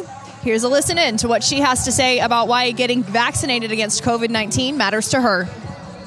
I have Abby O'Toole, who is a Wakefield senior, here with me. She is a member of the COVID-19 Teen Advisory Council. Abby, why is it important for you to be involved with the Teen Advisory Council? I wanted to get involved with the Teen Advisory Council just because maybe I thought I could actually help as we're going to go back into school, and I want to be able to go back to school and get active in the classroom again and really get my education back on, because it's almost been 2 years since we have been in a natural classroom again, and it's really good to be back, so I'm glad we were able to do that. So I'll assume that's most of the same reason that you went ahead and did get vaccinated yourself, but what about your peers? How are they in terms of vaccination numbers right now? I know actually a decent amount who have gotten vaccinated.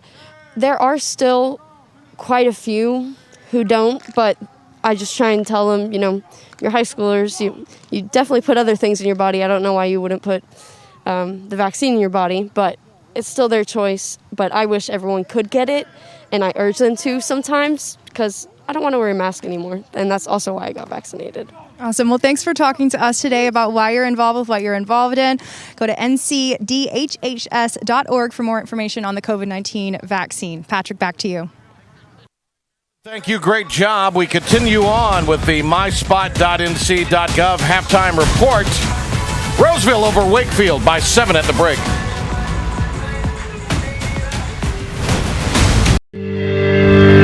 We all wear multiple hats. A different hat for every job. At Wake Tech, we have multiple hats too. From welding, to construction management, to baking, to public safety. Wake Tech can help you determine which hat fits you best. Visit Wake Tech online or in person and try one on for size. Wake Tech. Success starts here. Snooze, you lose. Need a little extra incentive to get up in the morning? Come to McDonald's and get a fluffy folded egg, savory sausage, melty American cheese, all nestled in griddle cakes. It's a sausage, egg, and cheese McGriddles for just $2. Breakfast, it's on at McDonald's. Get it via drive-thru or curbside pickup with mobile order and pay. An honest day's work for an honest day's pay. But what happens if you're injured? What happens when your workers' compensation claim is denied and you can't get the medical treatment you need? I knew I needed an advantage. The James Scott Farron Advantage. They'll fight for all of your medical treatment and for the protection you deserve. If you've been hurt on the job, get the James Scott Farron Advantage. The call and case evaluation are free. Call on the Hurt Line right now. Riddle and Brantley is proud to present the Friday Night Rivals Riddle and Brantley Scholar Athlete of the Week from Holly Springs High School, Seth Fowler. Seth is captain of the football team, all conference in lacrosse, and carries a 4.0 GPA. Seth volunteers for Hope Community Church, Fuquay Arena Youth Football, and the Night to Shine Prom hosted by the Tim Tebow Foundation. This All-Star is now entered for a $5,000 scholarship at the end of the season. Congratulations to our Riddle and Brantley Scholar Athlete of the Week. We're getting ready to start the second half. Wakefield will be kicking off, and they'll be doing so to Rolesville. Patrick Johnson, Jason Alder. We'll hear from Marilyn Payne in just a moment. Great job by our crew here tonight. And we're getting ready for the Open Door kickoff. The new way to sell your home, Open Door.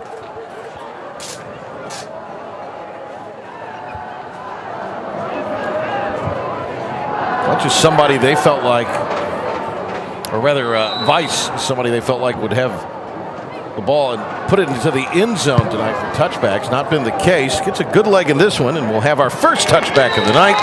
Gives us time to prepare to send it to Maryland here in just a moment.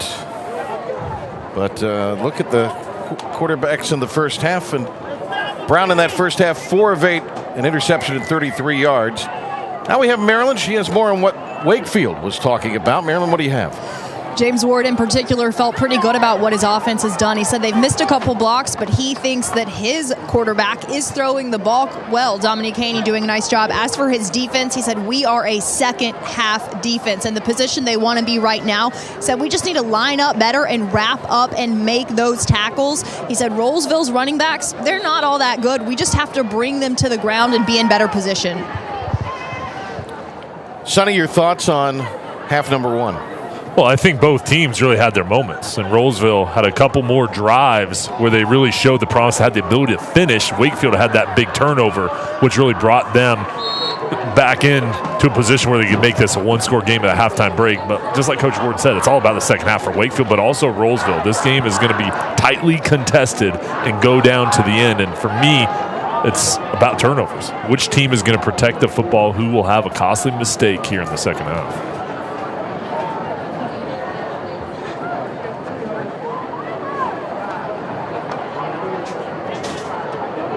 Brown again, and he'll hurdle his way for a first down out to the 35. A Hall Insurance Group first down on that athletic run, providing quality insurance products for our senior community. Hall Insurance Group. Martin Samick, Jackson Williams down there on the sideline, and this is going to be an important drive for the Rams. Make some adjustments here. And some of this pressure that Wakefield's been bringing, we see a blitz coming here. They've got to pick it up. And he gets snowed under, goes down. That's Kennedy Nelson along with Adam Aiken. Brandon February, big number 70 right in the middle as well. Look at this defensive line doing their job, and then the blitz. Just too many defenders. Relentless. Big number 70, February and Aiken as well, joining at Brown for the sack. Lost yardage back to the 28. Say actually the 30, so it'll be a second down and 15. Off the fingertips of Krim. And that pass is incomplete. So Brown now 4 of 9 throwing the football. For Rolesville, Patrick, we haven't called Noah Rogers' name in a while here. No receptions tonight. He's at the bottom of your screen there. And there's a look at him. Let's see if they go with him here.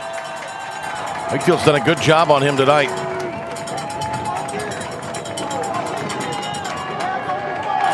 Pressure. Brown eludes it. He'll throw it across the middle, incomplete. Great job by this defensive front who came out of the locker room. And Jay, they huddled during that 3-minute period after halftime where the teams usually get together and will stretch, but not the case here. There was a long sermon being delivered by Pooh Ward. Well, the defensive line, linebackers, secondary, they all work hand in hand together. They're Brandon February and the defensive line, Shoulder Greenlee chasing down Brown. And then we talked about Rogers. That's where Brown was trying to find him, but they double covered him as he scrolled through the coverage. He couldn't get open. No chance at a return for Anderson here. They ran a fake earlier that led to a score. And that one's going to be a 33-yarder. We'll go to break. Roseville will get their hands on the football when we return. Honda dealers of the Carolinas, Friday Night Rivals, presented by Talk It Out NC. When your family gathers around a shakaroni from Papa John's, you're sharing more than extra cheese and pepperoni. You're sharing scholarships, meals, and laughter.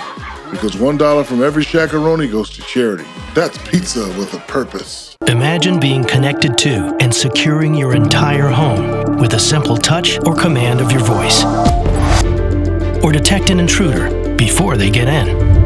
The technology connected to your home can do more than just alert you, because the most experienced team in smart security has got your back. CPI Security. Identify yourself. Get 40% off CPI's Essentials Plus Smart Security System and a Video Doorbell Pro free. CPI, the leader in smart home security. If you're injured on the job, call Riddle and Brantley for your free consultation. We've recovered millions for injured workers and have a board-certified workers' compensation lawyer on staff to assist with your claim. Riddle and Brantley, when justice counts.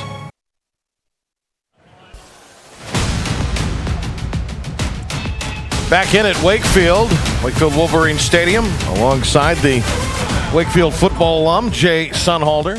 Marilyn Payne on the sidelines. I'm Patrick Johnson.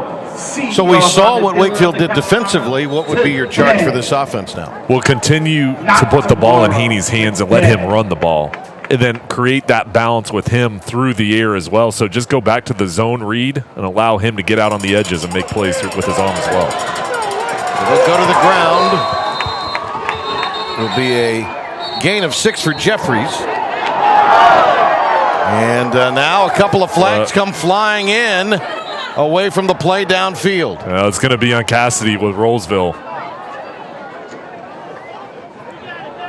So if you sprinkle that in after the 6-yard gain, that is going to be a lot of yards unless they offset for the Wolverines. Jasser Timmons, number 91 for Wakefield, and Cassidy were both kind of involved after the play there, and I think they're going to get Cassidy with the late push unless they call it offsetting. John Spencer of Spencer Properties.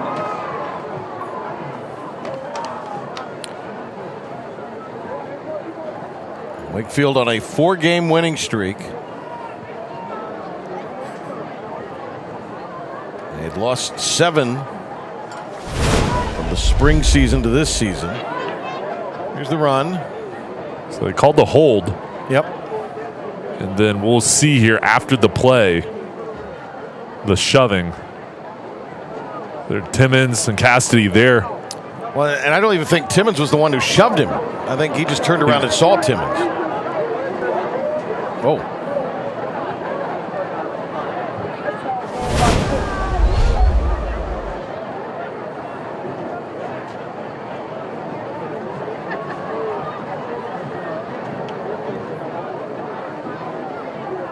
So now the officials over there in a brief discussion with Coach Samick. His team up 2 scores, driving, had the football deep in Wolverines territory in that first half. Threw an interception off the hands of a running back into the awaiting arms of the Wolverine defender Fro. Wakefield took it down in the final 2 minutes of the half and notched a second score of the night. Penalties will offset. Haney on 1st and 6. He's 6 of 13 through the air tonight. And that one will be incomplete. Overshot his intended target, the junior rushing. Well, they just misjudged it down the field. Maybe the lights got in the way, but that was a great throw by Haney going against his body. We'll see it here. Rolling out to the left. Look at him set his feet. There, he's going to take the contact, and this ball got caught in the light because there the receiver was there, but he kind of came in. It looked like it just kind of got lost along with the DB. Both of them kind of thought that ball was going to go short, but it continued to carry. There's Jones at the top of your screen. Fro also in the slot to the left of the formation. See if they go their direction here. Now they'll go the other way off the hands of Kyle Anderson. Rolesville says that they picked it off, but they did not. Pass incomplete. Number 1, Haney. Cameron Bailey on defense. Number 2, Kyle Anderson. Vying for his 3rd interception of the year. Did it hit the ground? I don't think it did. Oh, it did not hit the ground. Wow. Off the leg of his teammate. This should be going the other way. Oh, my goodness. That's a tough break for Rolesville defensively. Just right off the back of the calf of Caleb Hicks. That did not touch the ground. I think he'd be going the other way.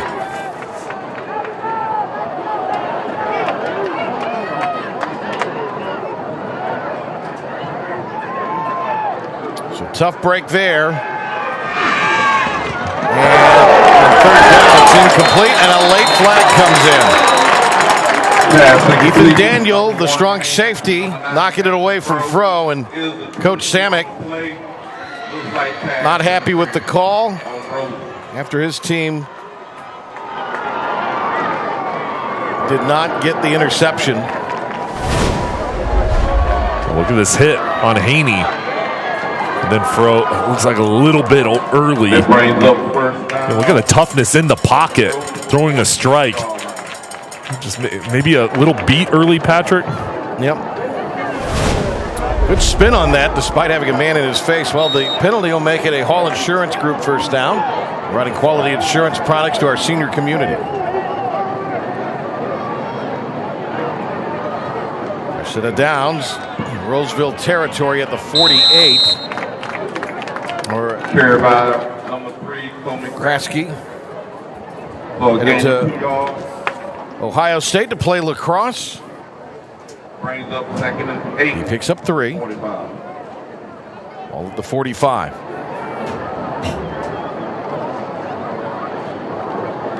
2nd and 8 officially. He's 6 foot, 220 pounds. He's a senior. He's high on the ground, 53 against Apex Friendship earlier in the season. Nice job by Haney. Here's Anderson getting loose. Anderson will take it near the CPI red zone. But we do have a penalty down back at the 45. This may be holding. Well, there's a second marker down as well. False start, okay. Looks like illegal formation on the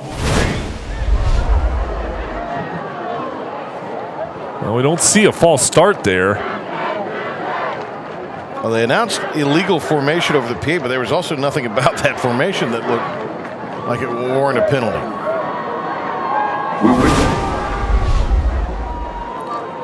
It's 5 yards. Replay, 2nd down. No, it's not even quite 5 yards. Back to the 49.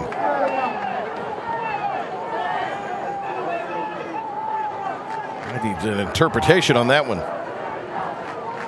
2nd and 13.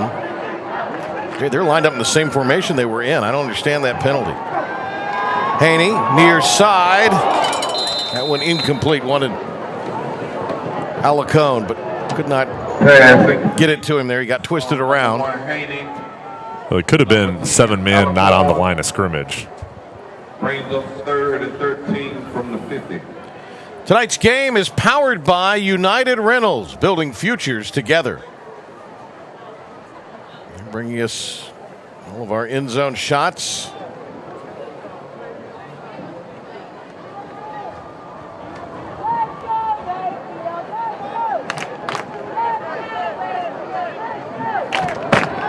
Let's go offense. Come on, crowd.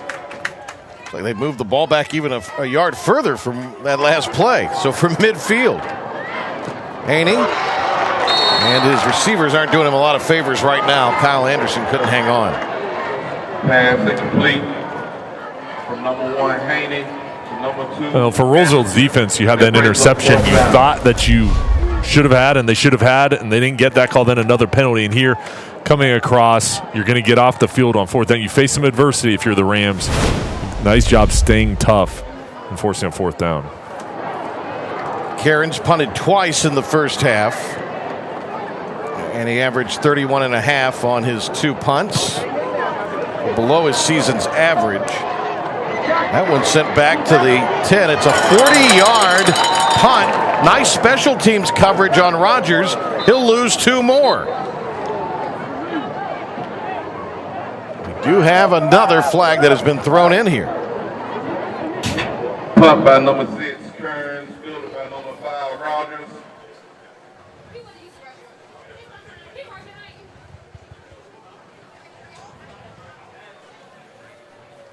Hold will go against Rolesville here.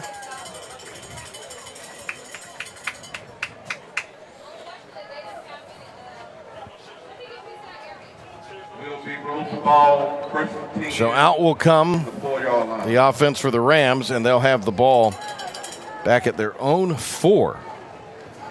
They started a drive earlier at the 10. That was a 90-yard drive. Might that be our scoring drive of the game? Well, stay tuned. You'll have to wait till the 4th quarter to find out. So we'll have the Honda dealers of the Carolinas scoring drive of the contest. See your Honda dealer of the Carolinas today. Trying to set up a screen, incomplete. And again, a lot of havoc being wreaked inside. In fact, slow to get up is Brown. Those front 4 for the Wolverines are something special. And in order to have a good defense, you have to have the foundation up front. And for Wakefield, Schuler Greenlee, Kennedy Nelson, Brandon February, Adam Aiken, those 4 guys up front. There's Fro, you see as well. They've been all over the field. They've been living in the backfield. This time a carry by Dunn. He runs past that pressure, and it'll give him some breathing room. Carries it 16 yards out to the 20 for a Hall Insurance Group first down. More on this defensive front for Wakefield. We'll get it in after the play. As they show up there, that's February making the hit. done that time as they tried to go tempo. All right, now, Maryland, down to you. You mentioned Brown looking gingerly as he gets up off the ground, caused by the hit Adam Aiken laid on him. He said his stock is starting to rise, according to his coach. He's a quiet, nice guy, but as soon as that helmet and mouthpiece goes on and in, it's a change in the story because he's so quick off the ball, and you saw the athleticism, the explosiveness in the hit he laid on the quarterback. Downfield, it is caught. Off to the races, Mickens. 79 yards. Wake Tech touchdown. Lead the way. Wake Tech. Mickens got behind the defense. And that's the second touchdown pass for Brown tonight for Mickens, his third scoring reception of the campaign. Well, he just kind of hid there. And then the breakaway speed was evident, but Brown continuing to make plays, getting outside of the pocket. What a huge explosive play to stretch out this lead. There's some scuttlebutt that Mickens may be getting an offer from ECU. Wood is getting ready to punch it through, and he sneaks it through that left upright. The big catch and run. On the run, Brown. On the numbers, Mickens. Pay dirt.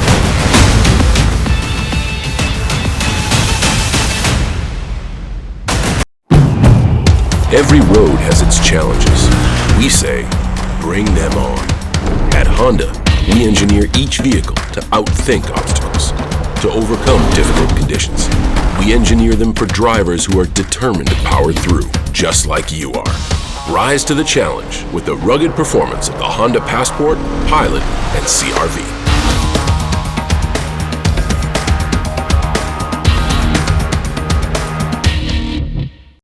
College is very expensive. When I found out I had the North Carolina Education Lottery Scholarship, I was overjoyed. I knew that this scholarship would help me to continue my dream of my education. The better we can provide education for our future generations, the better the future will be. We are so blessed to have this new school. The funds that we received from the North Carolina Education Lottery were a huge part of that. A college education means pretty much everything to me. You know, I can do this.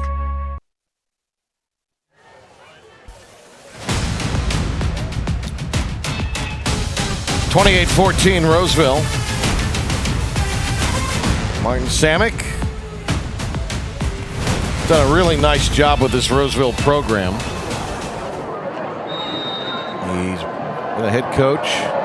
We mentioned at Parkland, was at Southwest Randolph for 3 years, 1 year at Grimsley. Originally from Pennsylvania. Here's the kick being returned from the 8-yard line and sliding on that into the field again.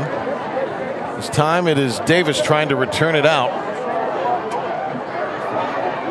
So it will be Haney to come out. They had to punt on their opening drive after the defense forced a punt on the opening drive for Rolesville. Now they'll start the football scrimmage from the 19 here with a little over 6.5 minutes remaining. Still plenty of time here, but this has got to be a productive drive. It is, and I mean, they're going to have to continue to maintain consistency, especially on first down, because Rolesville's starting to bring the blitz and really try to force the ball out of Haney's hands quickly. So they've got to protect up front. First time in 7 games that an opposing offense, the throw to Jones, a flag comes in. First time in 7 games that an opponent against Wakefield defense has scored more than 20.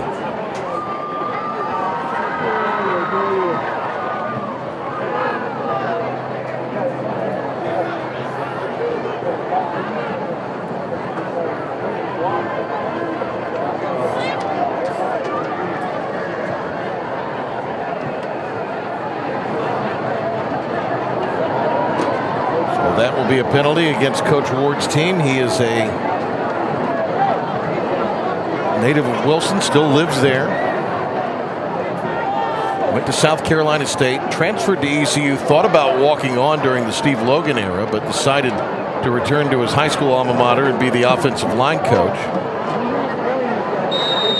Coached under Tyrone Johnson there for a number of years, a couple years as a head coach. They only had 27 players on the Beddingfield roster his last year as the head coach with the Bruins.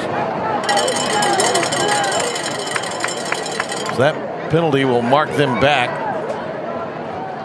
They'll operate from the 8 here. And another flag. Jay, that was one thing that he talked about he was most proud of here. In fact, he said, we've run out of helmets. We have so many players on the roster with the JV and the varsity. Well, it's a culture he's building here. And when you have guys coming out to play, that means there's a lot of enthusiasm within the school. Guys want to come play for Coach Ward. Guys want to be involved with this football program. And the depth that you build all the way from your JV team up to your varsity, getting numbers out, and guys want to be a part of something special, and that's what he's building. Ward's team coming off a 23-zip win last week. Nice job to break it out. That's Jones. Actually barreled over, and the defenders bounced off of him. Not enough for a first down, but they do get it out to the 25. Jones with this athleticism right here. A little slant, then make a couple guys miss. Good play. Make things manageable here on second down. Jones with another grab tonight.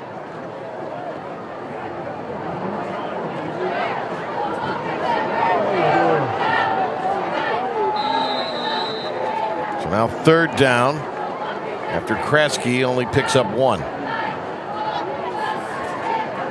This is a big play coming up here for Wakefield. They've been really good on third down, executing. We've seen a lot of misdirection and trying to just slow down the eyes of Rolesville. We'll see here if they kind of make a shift, pre-snap movement to try to confuse this defense. I would keep the ball in number 1's hands.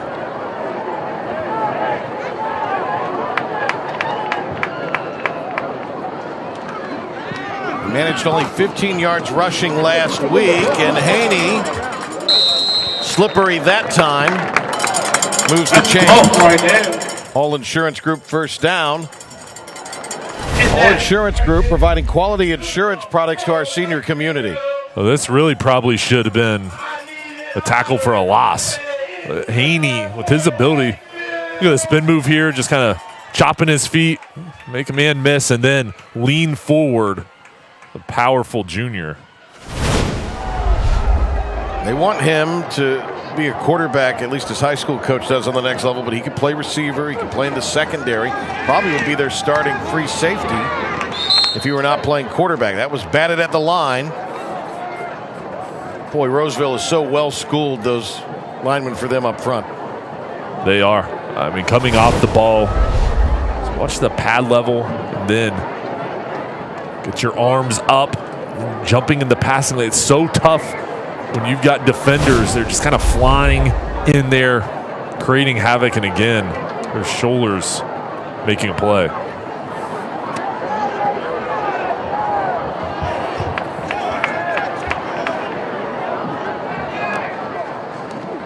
Trying to grab him in there now. He'll put on some pressure. They set up the screen. Good job to sniff it out there.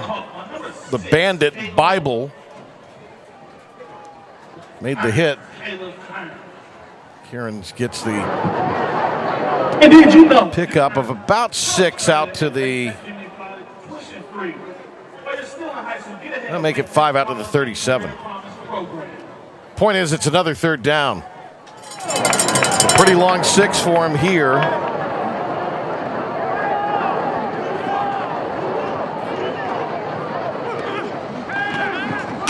Blitz, throws, would have had the first down had he been able to bring it in.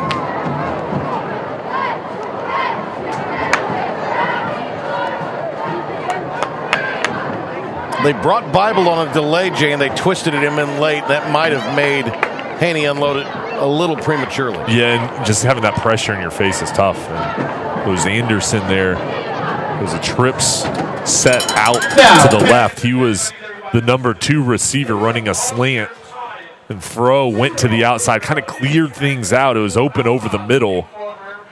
Just couldn't hit him in stride. 4th punt of the night, Cairns. I think. It'll sail out of bounds. That's going to be a 39-yard effort, and most importantly, again, they keep it out of the hands of Noah Rogers. Well, during the fourth quarter of tonight's game, we'll select the West Shore Home Player of the Game. West Shore Home converts your old bathtub into a modern and spacious walk-in shower in just one day. Big homecoming week here for Jay Sunholder, returning to his high school alma mater. Jesse Palmer was named the host of The Bachelorette. Marilyn was telling me you and her were texting back and forth about it all week. You weren't on that group chat? I don't recall, but if I were, I may have removed myself if I were on the initial text, I think. Swing pass. Krim makes the catch, gets a block. Krim at the 30, nice move. Spins out to the 35. I'll tell you, Krim's going to have a lot of college coaches looking at him because he can run the ball. And then there you see his ability to catch the ball as well. A couple times already early on. 2 catches in the first half, but there, a little swing route, make a couple guys miss, and then sets up a second and short.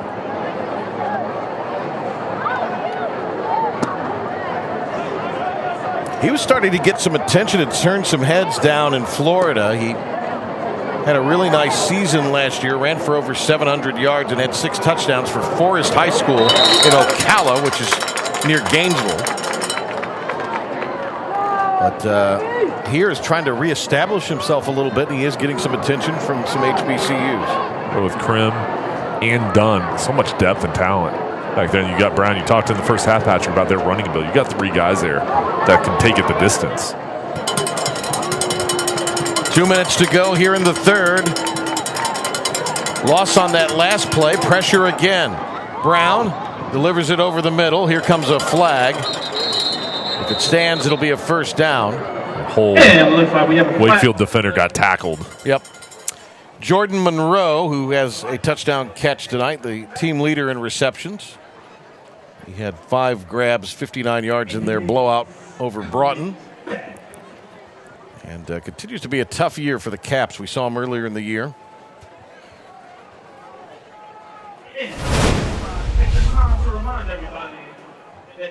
They do lose yards. The bad news, though, is you give Brown another opportunity. Yeah. You got to play back here. You cannot allow anything over your head, and then on the underneath routes, you've got to tackle. Screen, Krim. He'll dance his way out, and he'll get a first down to the 40. Hall Insurance Group first down. 19 on the pickup. This is a great play call. The pressure comes, and then you throw it right over the top. Look at the blockers out front. Nice job by Rolesville, just leading the way. Caleb Van Apeldoorn, nice job clearing out his man. He's the center, 6'2", 315. Come back with Krim here. He gains 1. Well, now for Rolesville, of course, you want to drive down here and score, but the clock is your friend. 2-score lead. Look at them going slow here. Just being content. The clock rolling down.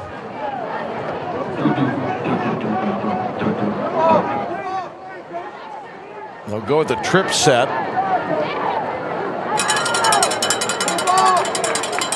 Still plenty of time on the play clock. But they'll burn the timeout with just under 53 ticks remaining. And it looks like we have a timeout on the play. And this will be the perfect opportunity to shout out and give a warm hand clap for our Wakefield High School. So Richard Shuping is the offensive coordinator. Offensive coaches will convey the message here to Rolesville. All right, facing somebody else's left is your Wakefield High School varsity dance team. Let's go down to Marilyn Payne.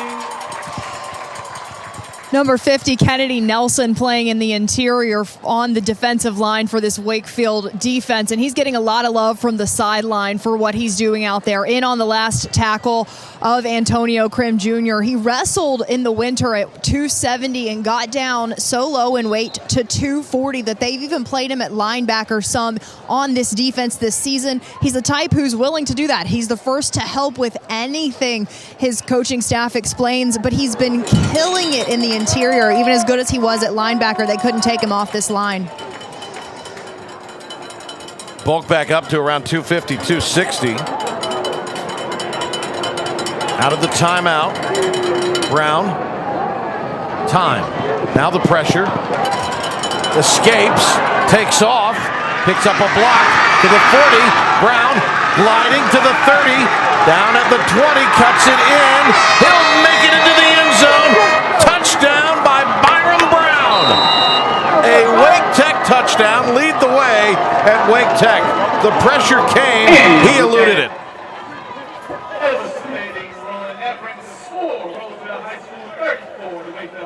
59 yards. Now the South Florida commit makes it look easy. Look at him get away here, feeling that pressure, making a couple defenders miss, and then this is where he excels.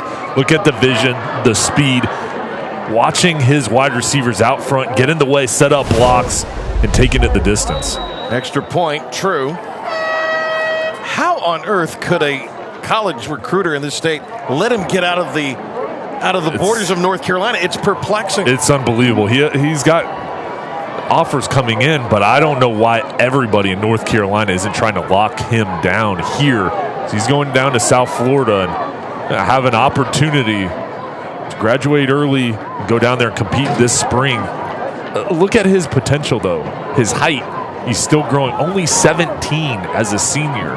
He's going to be going down to South Florida this spring competing. The 17-year-old, and you look at his talent throwing the football, his development, the speed is undeniable. He's got all the tools, and I think there's going to be more coaches and colleges jumping on him as this season progresses. I mean, if you were a head coach in this state and you have an assistant whose area includes they'd be in my office Monday morning, and I'd ask him, what have you been doing? Yeah, I mean, he's got it all. He's got it all. Well, he's a great kid. He made the decision, and a lot of it is he just kind of wanted to put it behind him and play his senior year and didn't want to deal with all these kind of late Johnny-come-latelys. Well, South Florida's got a great player. Jeff Scott, the former Clemson offensive coordinator, is down there trying to build that program up, but he's going to have an opportunity to contribute early on. Now from the 8-yard line, this is going to be carried out by Anderson, and he brings it out just shy of the 40. They needed a little bit of a boost. Good starting field position for Wakefield here. They're down 3 scores. Wakefield's going to have to get going here, and it starts on special teams. Good job by Anderson with the return. He's elusive with the ball in his hands. One criticism that Coach Ward has, he says, overall, this is not the speediest team. Outside of Haney, there's not a ton of explosive potential, so they have to be real crafty and precise in their execution. Haney going to get chased down. It's Bible.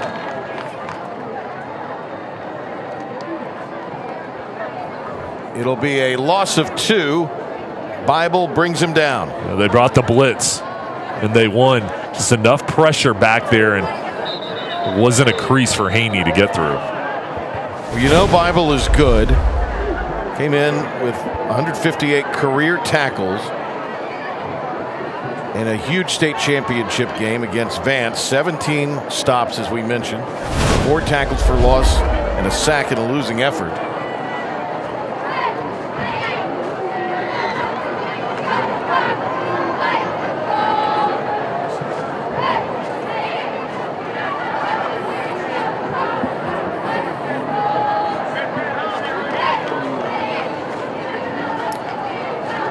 We have an injured player down.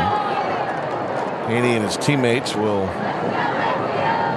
surround their coach, Ward.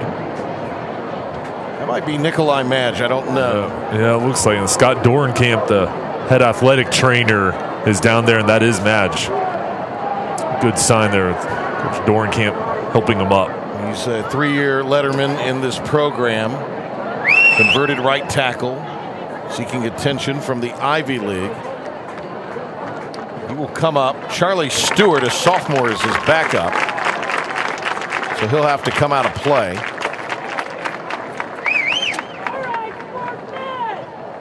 Yeah, Madge is a really bright young man. Kennedy Nelson, a two-way player, starts at left guard. Maryland told you about him. He has a 3.7 GPA. And then Alex Lane is their center. He's really stepped up this year, 6'4", 260. He's being recruited by the Ivy League, a 33 on his ACT. It's not bad. It's great.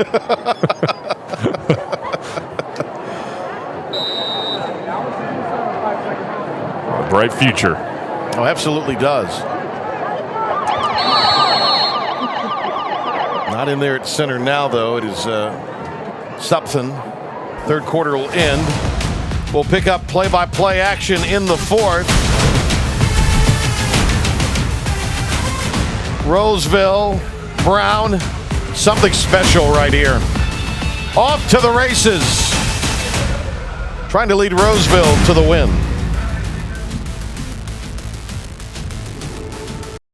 Love is louder. Love is louder. Love is louder. Love is louder than bullying. Than hate. Depression. Loneliness. Stress. Than anger. Love is louder than Fear. anxiety, insecurity. Love is louder than discrimination. Love is louder than abuse. Love is louder. Love is louder when you take action to help yourself or a friend. If you or someone you know is having a hard time, go to loveislouder.com to find out ways that you can get help and feel better. Cookies and milk. It's probably wired into us since we were kids. Well, my inner child just got some good news. These Atkins chocolate chip cookies. Chewy, chocolatey, 10 grams of protein, all without a ton of net carbs. It's not so bad being a grown-up.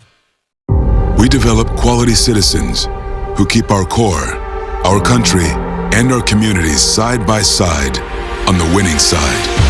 Not for glory, but for honor. For a code that isn't written or spoken, but lived. It's what we do. It's who we are. It's the battle cry of our fighting spirit. Battles won. See all the battles Marines fight to win at marines.com. When your family gathers around a shakaroni from Papa John's, you're sharing more than extra cheese and pepperoni. You're sharing scholarships, meals, and laughter. Because $1 from every shakaroni goes to charity. That's pizza with a purpose. Mark your calendar, check the days. The amazing Rooms to Go fall sale is going on now, and thousands of shoppers are getting huge fall sale savings on great-looking living rooms, bedrooms, dining rooms, mattresses, and more. Plus, to make buying even easier, there's 60-month interest-free financing. That's right, you get both. Low sale prices and 60-month interest-free financing. So hurry to the Rooms to Go fall sale today for great-looking furniture and low sale prices.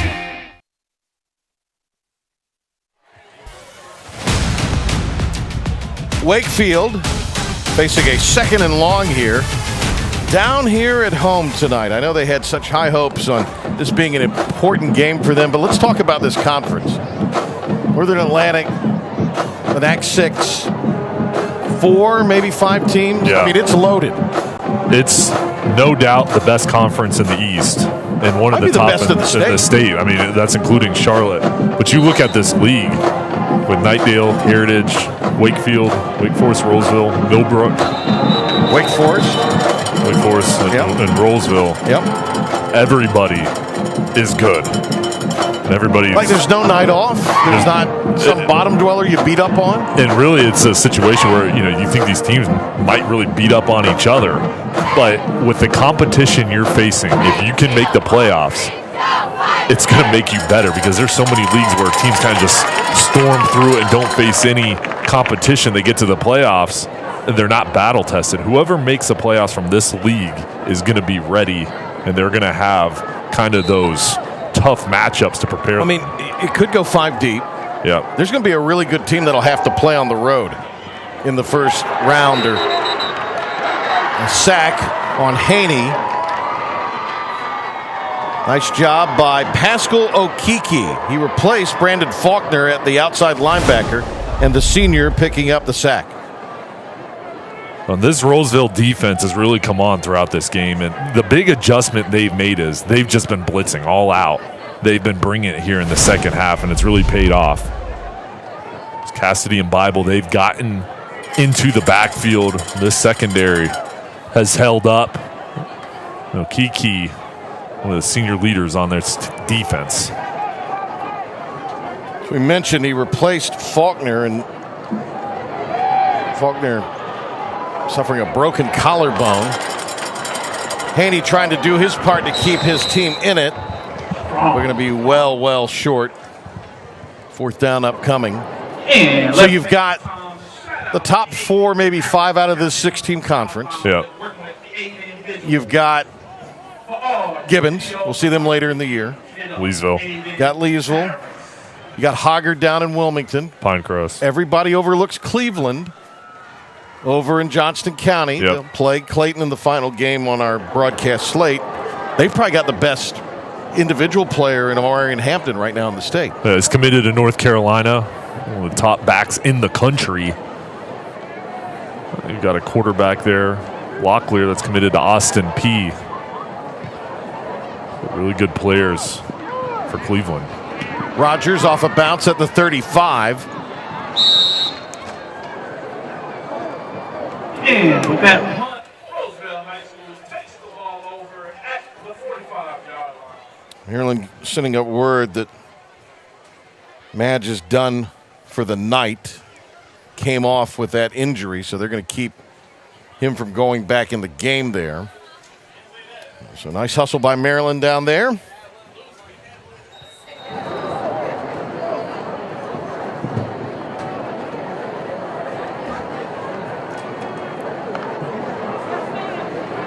Well, the Rams will just try to salt this thing away with Brown.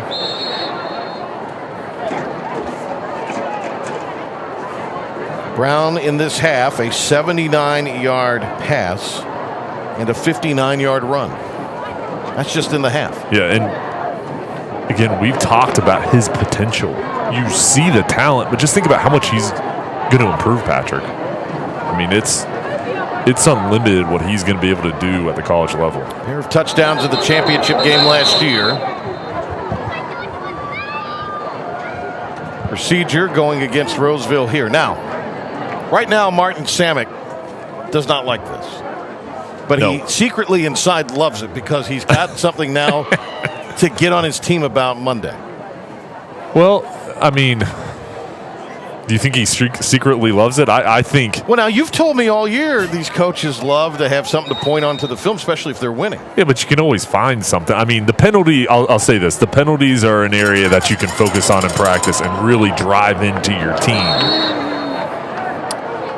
And it's a pretty easy one because you do this in a tight game, particularly in this conference later on, in the playoffs. Those little things like that cost you. Well, in this conference, the difference between winning and losing is going to be most nights penalties and turnovers. Wakefield forcing a turnover earlier in the game. Probably should have had one of their own, but it was waved off. Brown downfield. Incomplete. Cam Rodge, who's had a fairly quiet night. Now Brown limping. So they're going to punt on 4th down.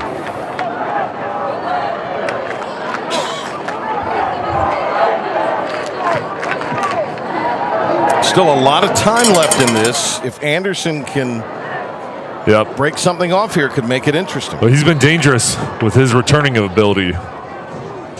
In Wakefield, you've got the timeouts. You just got to make it happen every time you touch the ball. He's sold out. Some pressure. That'll take a very favorable Rams roll. We'll be down at the 19. 36-yard punt. Wakefield ball when we come back.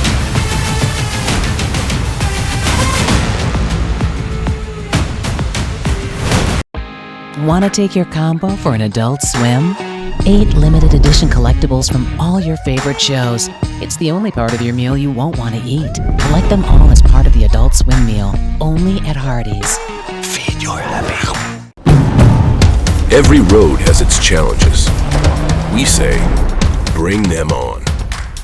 At Honda, we engineer each vehicle to outthink obstacles, to overcome difficult conditions. We engineer them for drivers who are determined to power through, just like you are. Rise to the challenge with the rugged performance of the Honda Ridgeline, Pilot, and CR-V.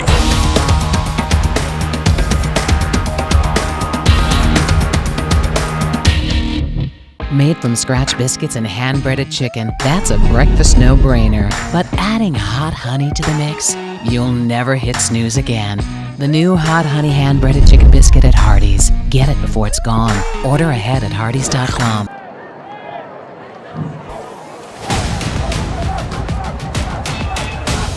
Honda dealers of the Carolinas, Friday night rivals, presented by Talk It Out NC. Rolesville trying to move to 4-2 on the year and get that 1-0 start to conference play. Haney with a flag. Jones juggling, made the catch out across the 26.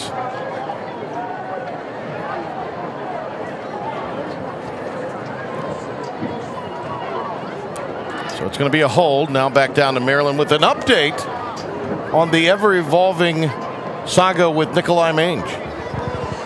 Yeah, Mange, the training staff said to him, "You're not going back out there tonight. We don't want you to force this, and we do want you back out there, but you're not going tonight."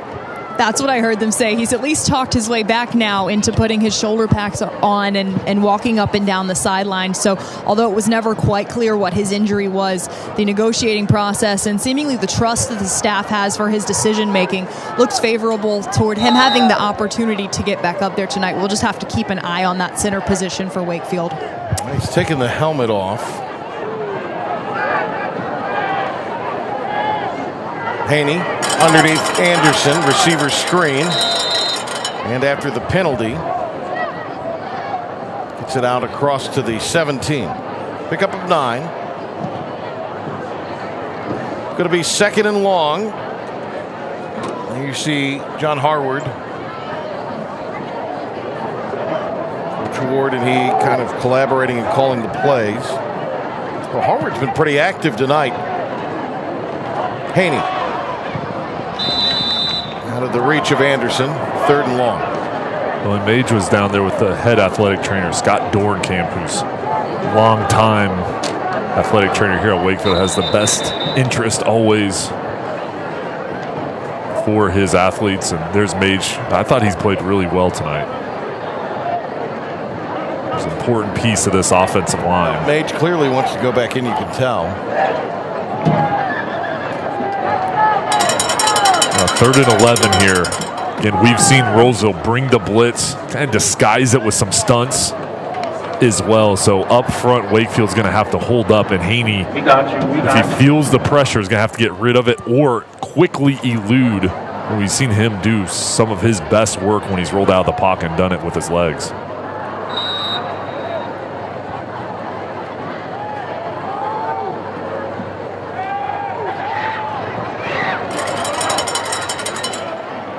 Catch on this near side.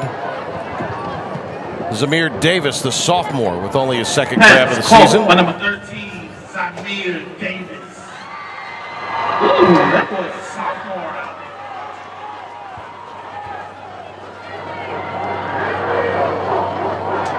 The Wakefield offense wanted to stay out on the field. Now it looks like the punting unit's going to come out here for Rolesville. Watch the fake.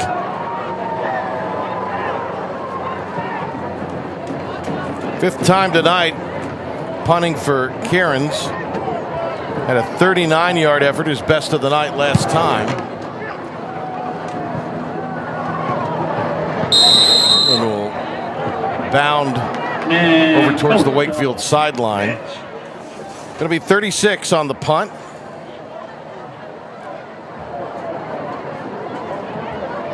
So Rolesville will come out.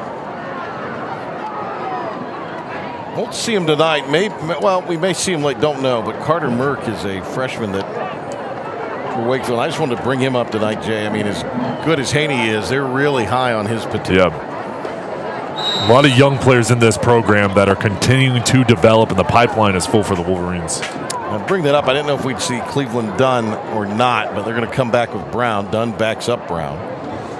On the side of things for Rolesville, 58% through the air in his career is Brown. He'll hoist it here. Oh, what a catch made by Rogers. He breaks free. So those two connect.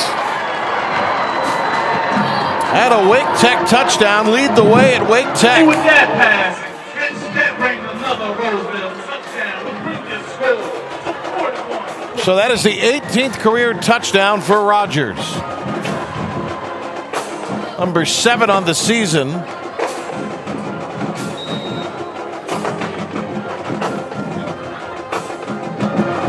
That was pretty good stuff there. It was the track speed of Rogers, then Brown with the arm strength. He found the one-on-one coverage, and Rogers won the high point of that ball. Blowout time at Wakefield. Brown spinning, dishing, delivering. Rogers doing the rest.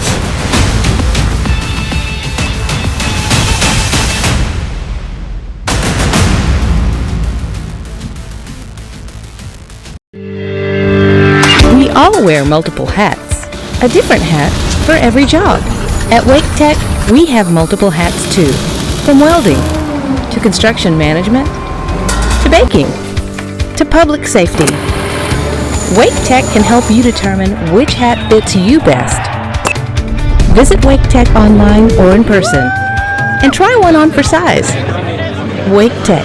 Success starts here.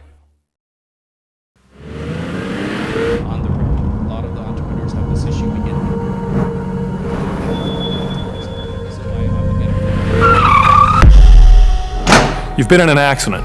Another car hit you from behind. Will the insurance company provide for extended medical care? Call Riddle and Brantley, where we'll fight for the money to cover your long-term care. It's your future. Riddle and Brantley, when justice counts.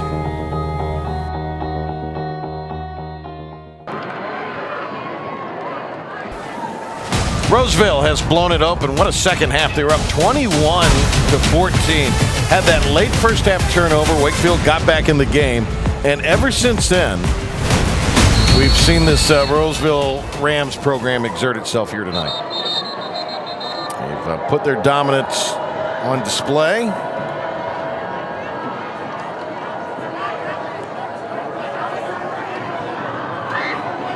And another penalty flag comes flying in.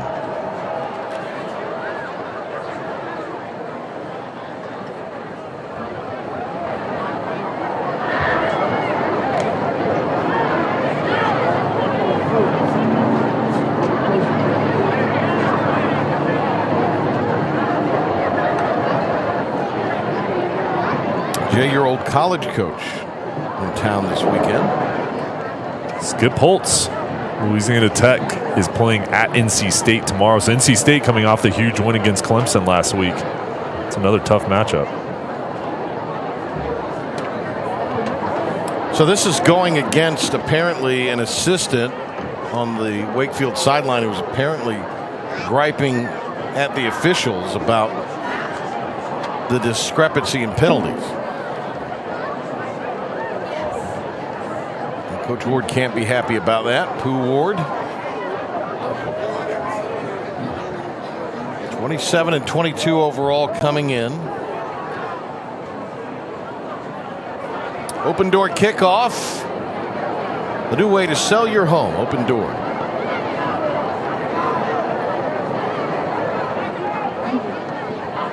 See if Jason Wood can maybe put this one into the end zone after the 15-yard or the 15-yard penalty. I'd be trying to kick it through the uprights. See if he does.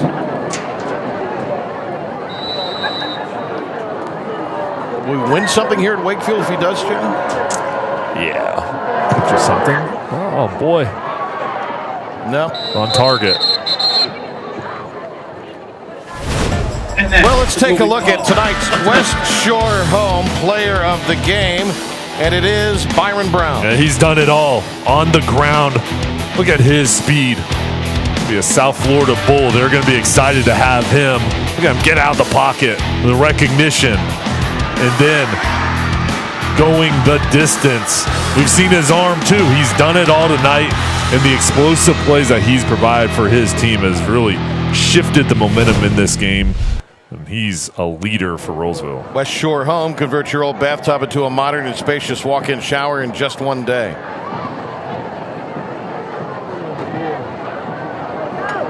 Haney, and he explodes out to the 40. So that'll move the chains of Wake Tech first down, lead the way at Wake Tech. Haney's done his part tonight. He has. He's been so impressive. I mean, with Haney, He's got the accuracy throwing the ball. But same with Brown, that ability to get outside the pocket, make plays with your legs. I mean, Wakefield tonight has shown me so much. They're going against a really good Rolesville team, a team that went to the state championship last year. There's Jones. And he, for a Wake Tech first down as he takes it down to Rams territory. Coach Ward this week talking about Everett Brown, talking about Jamal Roll, a couple of guys that he coached while at Bedingfield who are in the NFL. And he says, athletically, Haney is the best athlete of those three. Yeah, it says a lot. He runs a 4.5, 40-yard dash. Bench presses 315 pounds. And at his size, again, only a junior, you see the potential. In colleges, when you look out on the field, if you're a college recruiter, if you're a coach, there's so many prospects. And Haney is going to continue to get attention and offers coming in. Let's take a look at the Honda dealers of the Carolinas scoring drive of the game. It is for Rolesville. They started at their own 4. Mickens, 79-yard reception and run. Took them less than a minute. That made it a 2-score game and kind of broke the will, I thought, of Wakefield.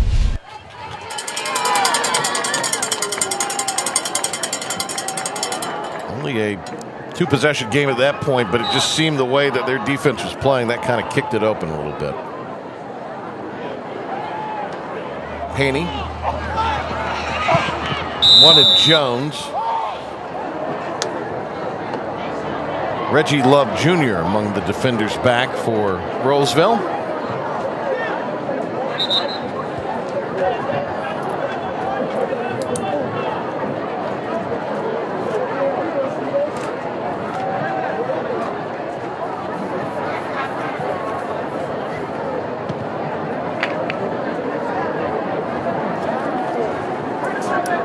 Looking ahead for this Rams team,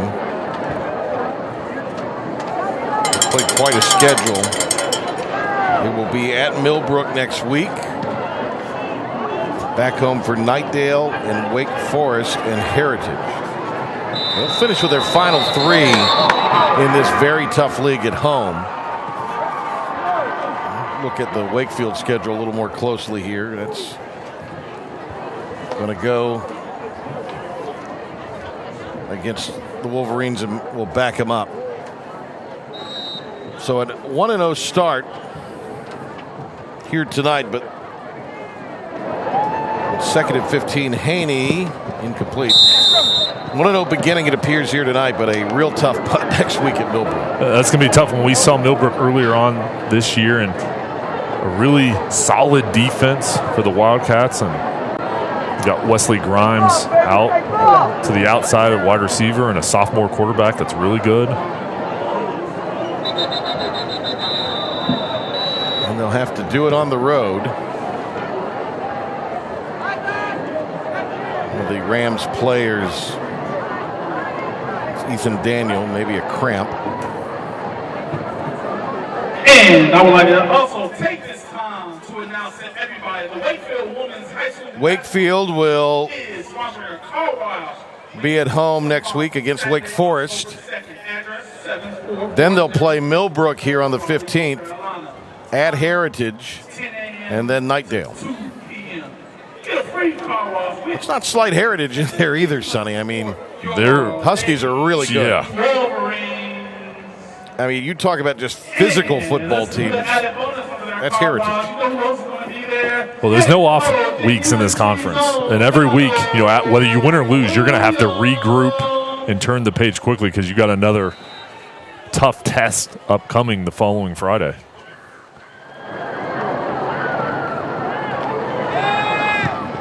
Haney, Jones spinning free.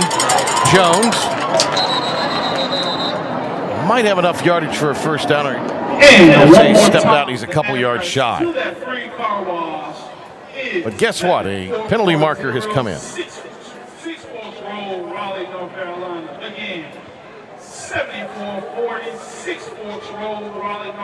Face mask. 10 a.m. to 2 p.m.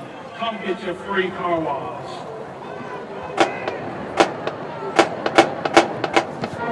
Patrick, I'll tell you another thing in this conference is the rivalries.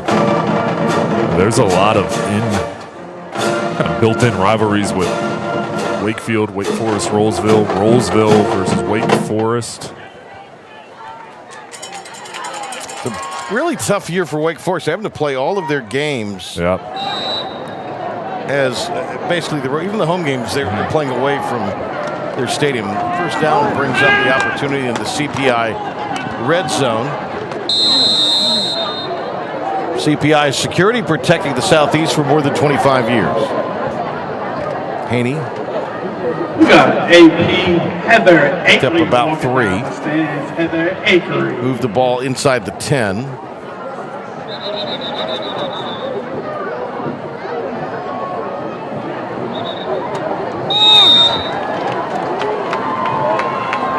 Officials are going to stop the clock here.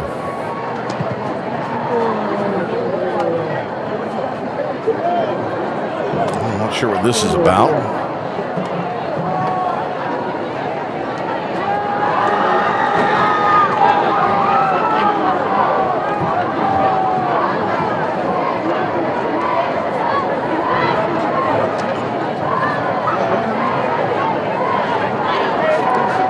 So they're attending to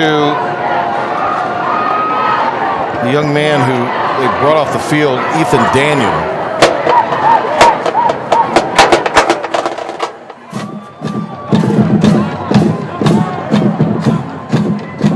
And that's why the far side official stopped the clock.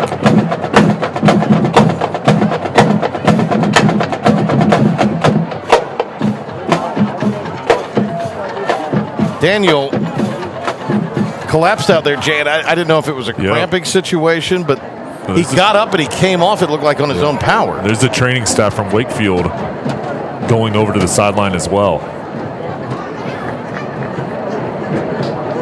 They're rushing a cart over there.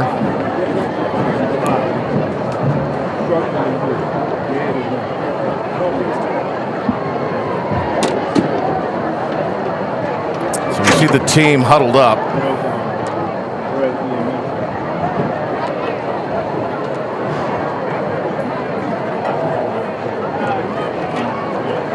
So our attention turning to this unfortunate occurrence. Martin Samick, the head coach,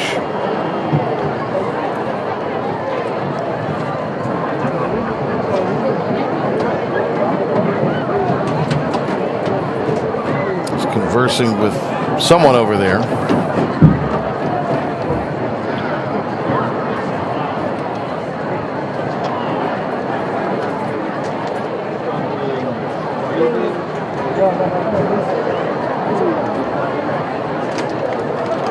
Jay, from where we are, we can't tell what position he's in, how they're. I mean, it looks like there's some movement with his hand there. It looks like he's setting up with the way he just moved his hand up towards his chest. But again, with all that massive humanity over there surrounding him, it's hard to tell.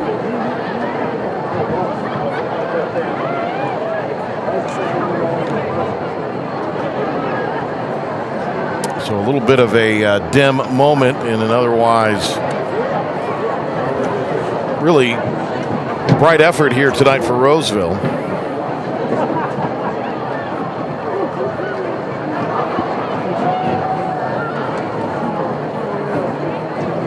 And again, we don't know if when they stopped the play, if he was down, lying down, and has since sat up. If the way they are attending to him now, I don't know if they felt like they needed to move him from where he was or not. Well, we will take a timeout, step aside while they attend to Ethan Daniel and try to have more for you here in just a minute.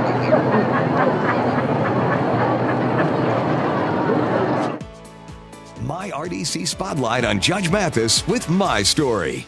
Everybody walks a different path in life. You may think your road is tough, but I promise you, there's someone out there whose road is tougher. So when somebody does you wrong, ask yourself why it happened. It could be that somebody did them wrong too. Two wrongs don't make a right. but understanding can make a wrong better. One of the many people on MyRDC giving us their My Story. 1, 2, 3. Check it out. Did you attack him with a chainsaw? No. You choked on that one. 1, 2, 3. I'm talking about fairness. What? I'm talking about justice. Oh no. You're right. I know I'm right. That's the sound 1, 2, 3. of justice. So your head's gonna fall off. You keep doing that. Hot Bench. Weeknights at 7 and 7:30 on MyRDC 28. The biggest comedy stars. Marijuana may help you what? Eat all the cupcakes. Wall-to-wall laughs.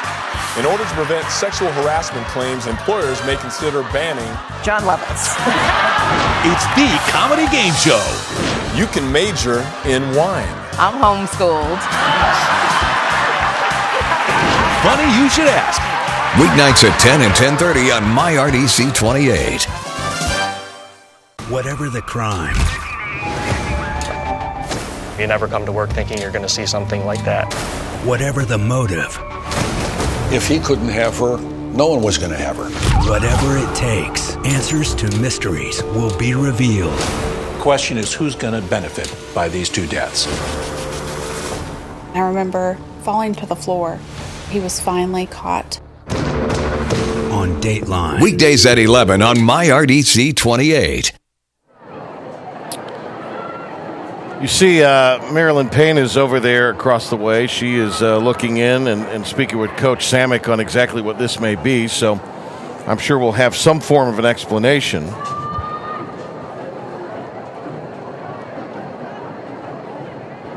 And this is the player Ethan Daniel. Collapsed out on the field. And was able to get up, and it looked like, at least for the most part under his own power, get off of the field, but was over there near the sideline. The official on that far side stopped the play, and can indicate it here. There he is, kind of starting the movement towards the sideline.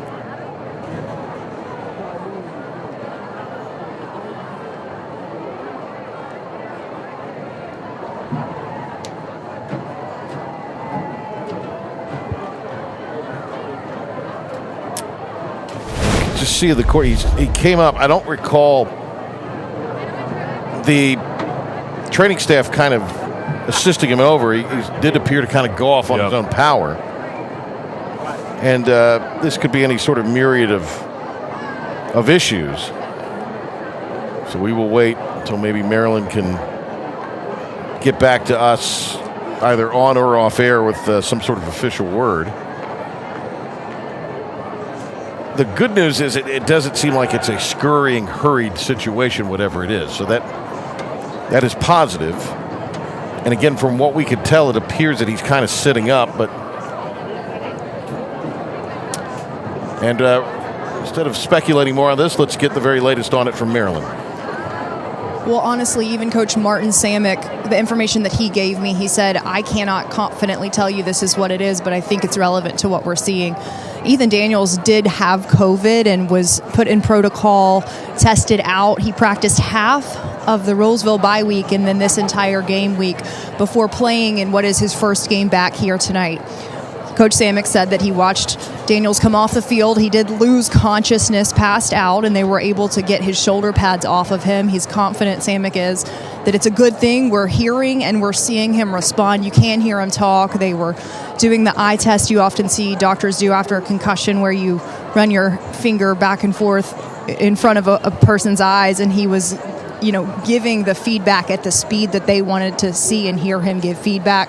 So the coaching staff feels good about the response they've seen from him since he regained consciousness, but they're not in a great place to resume play right now with what they're seeing going on with him. Now, I just saw off in the distance there, Jay, and you know this area a little better than I do, obviously. An ambulance looked like it was coming in on this road, so at least some flashing lights on a vehicle. Yep.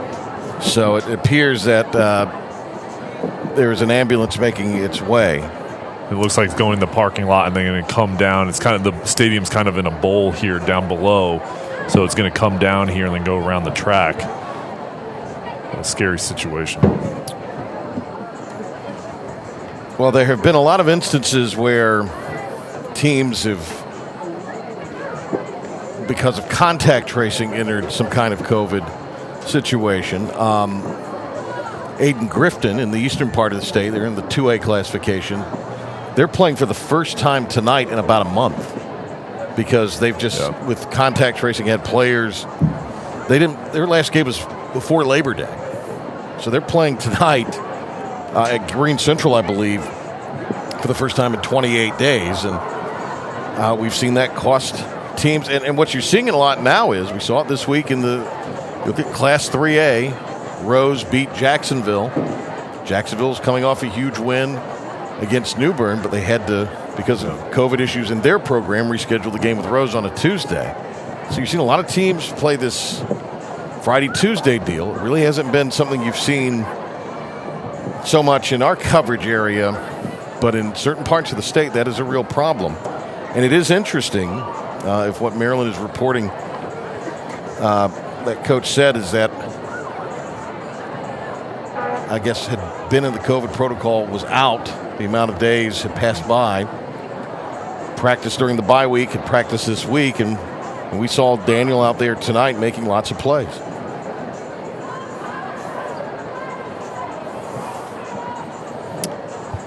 All right, let's go back down to Maryland. What Martin Samick said about the COVID lasting impact is that he's watched the hit that Daniels took and said that while it's really difficult to understand whether he could have in part gotten the air knocked out of him or in part had a breathing ramification because of his COVID-19 case, he said that this is not an athlete who typically would respond to the type of hit that he took the way that he has. He believes that even after having to deal with getting that virus, he doesn't believe that this is unrelated, basically, just because of how he understands what Daniels is ordinarily capable of. So Samick did really want to stress that he doesn't want to cause any hyper concern over a virus that he knows everybody's been really, with good cause, concerned over, but that he just believes it's got to be related, basically. Well, that's kind of where we are, and this is live television, so we're getting the information and processing it and presenting it as best we can here. And that is from the Rolesville side of things. Maryland is dug in to find that out, and that's what their head coach is saying. So that is what we're going to go with here. And there's the emergency vehicle making its way, I guess, as close down as it can here. There are some real twisting kind of parking lots at this school, and there's a kind of a long stairway down from one end of the stadium, but there's also kind of a back driveway where our production crew is located, and that might be where theoretically they would wheel him around this track and then kind of through behind the stadium here and then up that roadway to take him out near the back of the school.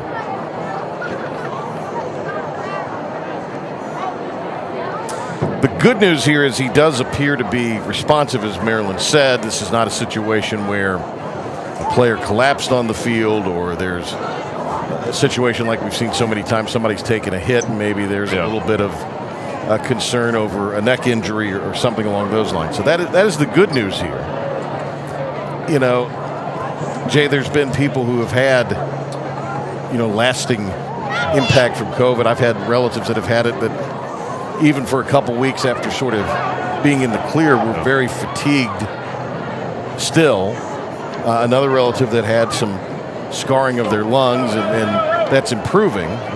But I would have to imagine if you have any of those after effects, it would be difficult potentially, and we just don't know at this point what kind of impact it will have even on young athletic people. So it looks like they're going to be able to get on the track here. So that's what they're doing. And that Now making the long drive right in front of us, in fact. So again, folks, as we understand it, Ethan Daniel, a member of the secondary for Rolesville, collapsing on the field, was alert, got back off. They don't know if a hit maybe knocked the wind out of him, but he just has not recovered from that as well as they would like. He apparently had been in a COVID protocol situation, was out of that in their off week, out of that in practice and available for the game tonight. And is responsive down there and is talking with any of the medical personnel from both sides, also from any of the coaches. So this is all being done, and rightfully so, out of an abundance of caution. The Rolesville sideline is now moving over towards their teammate, and the players coming over. Imagine get a better look, and also wish him well. Byron Brown's over there as well. You see number 17, the quarterback, looking on his teammate. Brown has been there for quite a while, in fact, looking in on his teammate. All right, we will step aside as this situation continues to unfold. Our score 42-14, Rolesville over Wakefield on our Friday Night Rivals broadcast. My RDC Spotlight on Judge Mathis with My Story. Everybody walks a different path in life. You may think your road is tough, but I promise you, there's someone out there whose road is tougher. So when somebody does you wrong, ask yourself why it happened. It could be that somebody did them wrong too. Two wrongs don't make a right, but understanding can make a wrong better. One of the many people on My RDC giving us their My Story.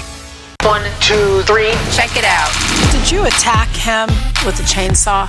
No. You choked on that one. 1, 2, 3. I'm talking about fairness. What? I'm talking about justice. Oh no. You're right. I know I'm right. That's the sound 1, 2, 3. of justice. So your head's gonna fall off. You keep doing that. Hot Bench. Weeknights at 7 and 7:30 on My RDC 28. The biggest comedy stars. Marijuana may help you what? Eat all the cupcakes. Wall-to-wall laughs. In order to prevent sexual harassment claims, employers may consider banning John Levels. It's the comedy game show. You can major in wine. I'm homeschooled. Funny you should ask. Weeknights at 10 and 10:30 on My RDC 28. Whatever the crime, You never come to work thinking you're going to see something like that. whatever the motive, If he couldn't have her, no one was going to have her. whatever it takes, answers to mysteries will be revealed. Question is, who's going to benefit by these two deaths? I remember falling to the floor. He was finally caught. On Dateline. Weekdays at 11 on My RDC 28.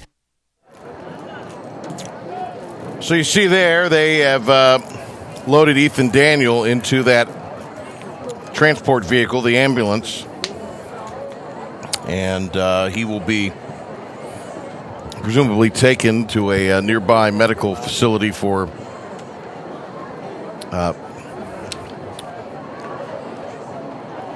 further review.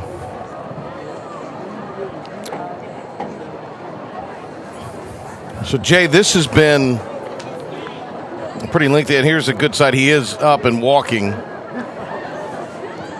presumably on his own power. He's been kind of steadied there and helped in. But by and large, though he is walking gingerly, he is walking. That's great to see. Yeah, and prayers to you, Ethan. Hope you're all right, buddy. But that's so tough. I mean, this is the hardest part, is to see injuries or somebody down, and one of your teammates. I mean, for these players and coaches on both sides, to see somebody down there going through that, it's hard. But hopefully he'll be okay. And a great job by everybody coming over to aid him, both training staffs and the EMS coming here. So they're going to have a period of about 3 minutes here to allow both sides to kind of warm up. Rolesville's taking advantage of that. Wakefield is. Their players are out there trying to stay loose, but it's not a a total team calisthenics situation like it is over at Rolesville. Just the players who are out on the field trying to stay loose. But Jay, this has turned into a probably 15 or so minute delay. Yeah, and it's tough. I mean, for these players, you're one down towards the end of the game, and you have the breakage there. But you've got to come out here and finish off this game. Both sides, you want to close this thing out and play, as hard as you can. And for Rolesville, you're going to come away with a victory here, but you want to come out and finish it strong. And Wakefield had a really good drive going here, momentum drive here, to kind of finish up this game and have a good feeling with your offense, hopefully scoring some points.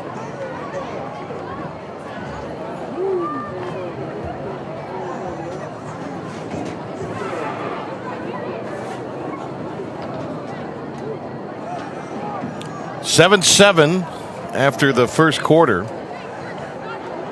And then it was 21-14 in favor of Rolesville at the half. And they added on a couple of scores in the third, have added one here in the fourth. Wakefield getting an interception near the end of the first half, took the football down and made it a one-score game at intermission. And we're getting back to action here. Sutphin at center.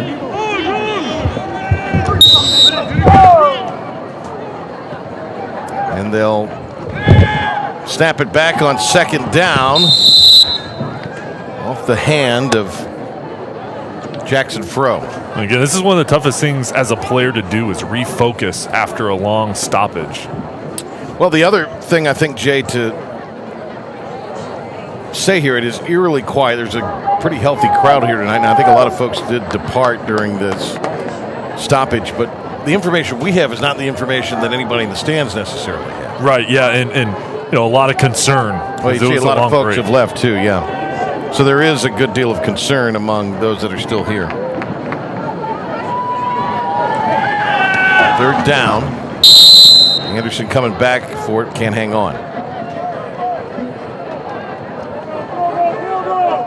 Wakefield looks like it's going to bring out the field goal unit.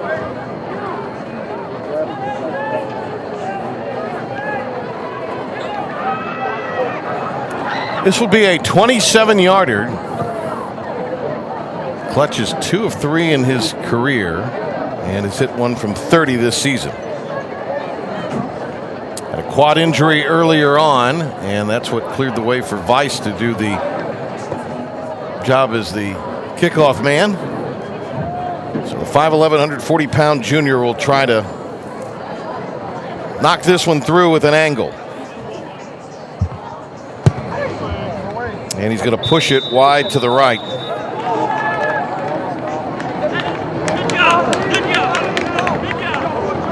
So it'll be Rolesville ball at the 20. They're still in a mode where they have to come out and move the football here today. Yeah, well, and Brown back out here in this game. Now, I'd expect Rolesville here just to churn this clock, run the ball, and try to finish this thing up. Keep it on the ground.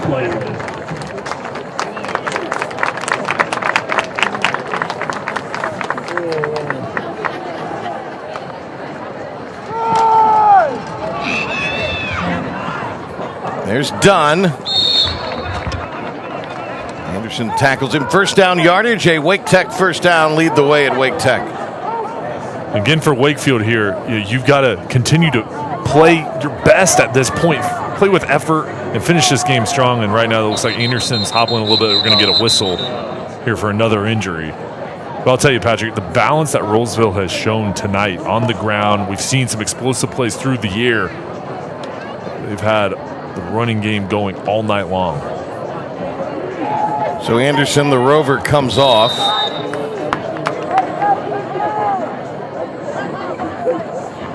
Zymir Davis comes in. Swing a pass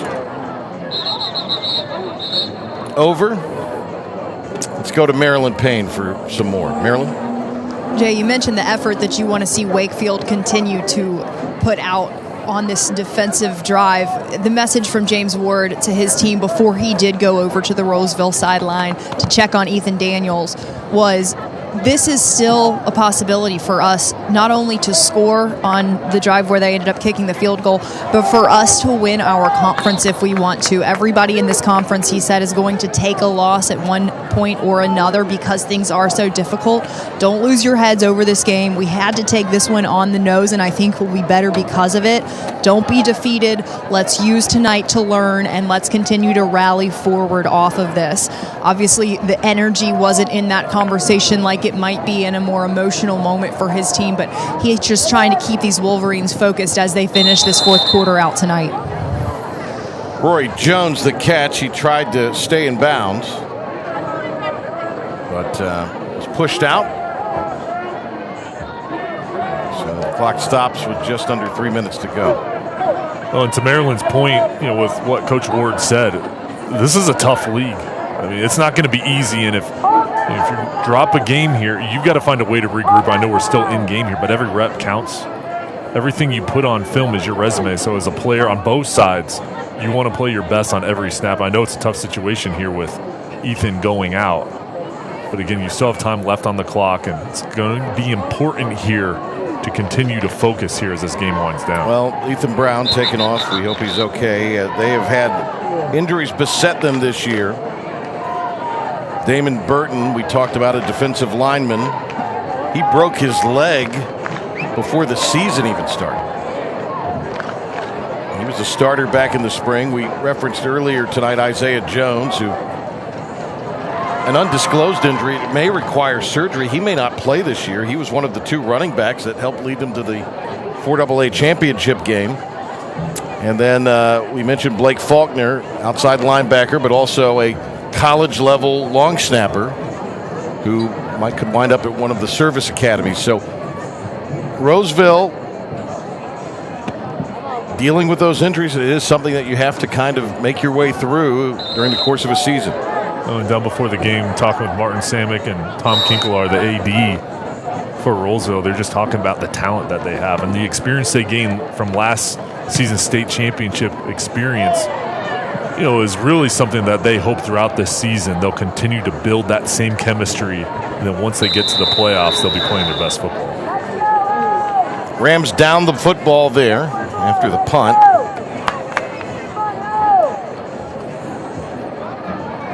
And here comes the lineup for Ward's offense. They still have Haney out there, Dominic Haney, a 6'3", 200-pound junior.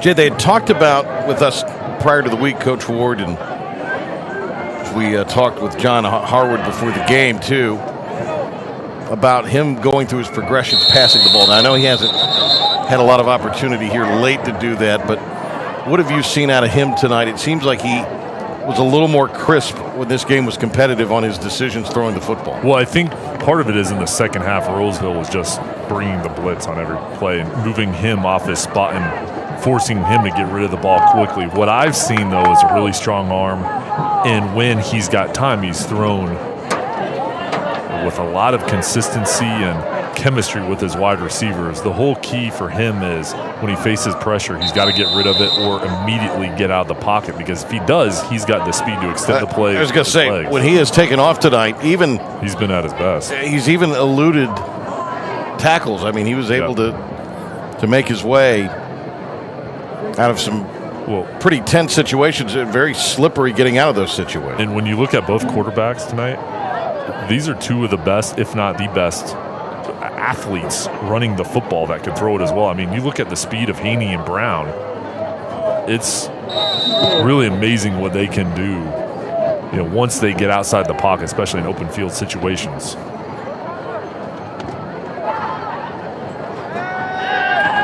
Haney puts it in the air, and it's out of bounds. Kraske out of the backfield. And he was covered by Cameron Manley, who came in to replace Ethan Daniel.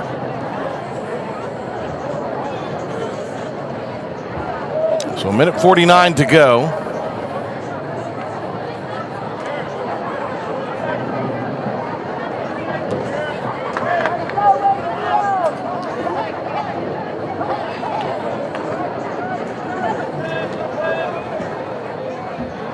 Go towards group. Facing a third down. There's that crossbuck again. Rushing. And he'll have a Wake Tech first down. Lead the way at Wake Tech. Well, if I'm in the Wakefield huddle, I'm doing everything I can to get some points on the board here before this game ends. And for Rolesville, you've had an outstanding defensive effort, only giving up 14 points. My whole goal here is to end this game and get off the field. Well, they held East Wake to 6. They held Hillside to 13. So this will be the third fewest points, if this holds here, that the Rolesville defense has allowed this year. And for Wakefield, Leesville Road beat them in the opening week 18-8.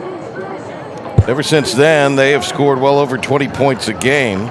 So their offense ground to a halt, but you'll be playing defense, especially next week, defense that can put pressure on the quarterback. So coaches are going to see this tape, that Haney's going to see a lot of blitz, I have to imagine, at least next week. Well, and they're just going to try to force him to get rid of the ball quickly because they've seen on film how dangerous he is throwing the ball. And the biggest key is you've got to keep him in the pocket when you bring the blitz. Comes Haney to midfield. He's down the sideline. Haney turning on the afterburners.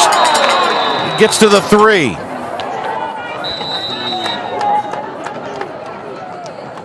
We just saw how dangerous he could be there. The Wake Tech first down, lead the way at Wake Tech. And at his size, to run this fast, look at him just kind of wait for it to open up, and then here he turns on the jets. 4.5, 40-yard dash, and this is outstanding hustle by Rolesville. That was Jonathan Brown, the junior quarterback, going in, diving to knock Haney down at his feet. But how about the explosiveness? 32.5 to go inside the CPI security red zone. CPI protecting the Southeast for more than 25 years.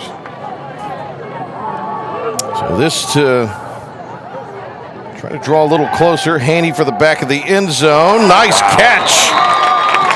That is Nemo Jones with his 5th touchdown reception of the year. So the senior made a heck of an athletic play there to go over the top. And now Haney, his first throwing touchdown of the game, is 7th of the year. A beautiful loft on the fade right there. And then Jones, one-on-one matchup. Let him high point that ball. Watch it all the way in. And just with his length, his athleticism, goes up and gets it.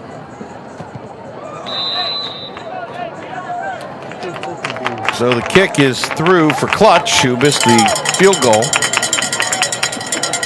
And with 29 and 3/10 seconds remaining, I'd expect an onside kick here possibly, Sonny. Yep, and for Wakefield here, and try to your offense one more opportunity. But that was big for this offense to go out there, finish it off the right way, scoring points.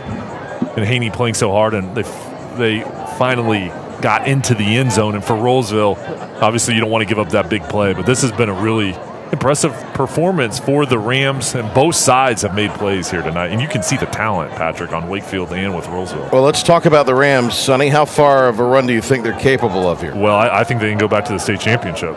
I think you look at the star power they have, the depth, especially at certain positions, running back, wide receiver. If this defense can continue to progress, it's a young defense, and create turnovers at a high level, give opportunities back to the offense, they're going to have an outstanding opportunity to make it back to the state championship game. So Clutch is in now to handle the kicking duties. He will be in, obviously, to attempt this onside kick. And the open door kickoff. The new way to sell your home, Open Door.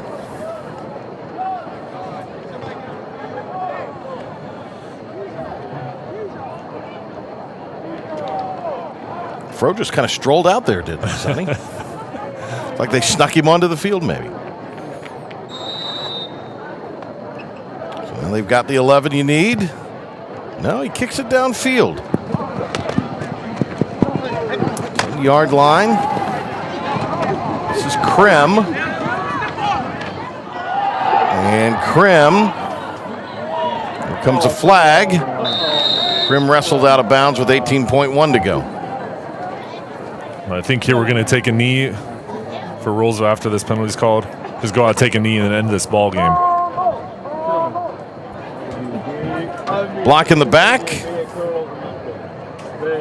Coach Samick will see his club improve to 4-2, but 1-0 in the next 6. And they will have reeled off their 4th straight win.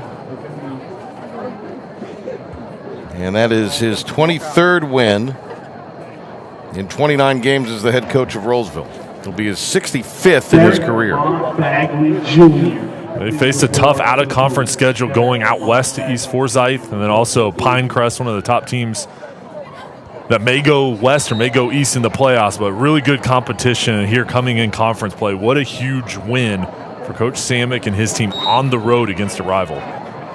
Brown takes the knee. And the clock, the official waved his arms anymore. He would take off. So that'll do it here tonight. Big win for Rolesville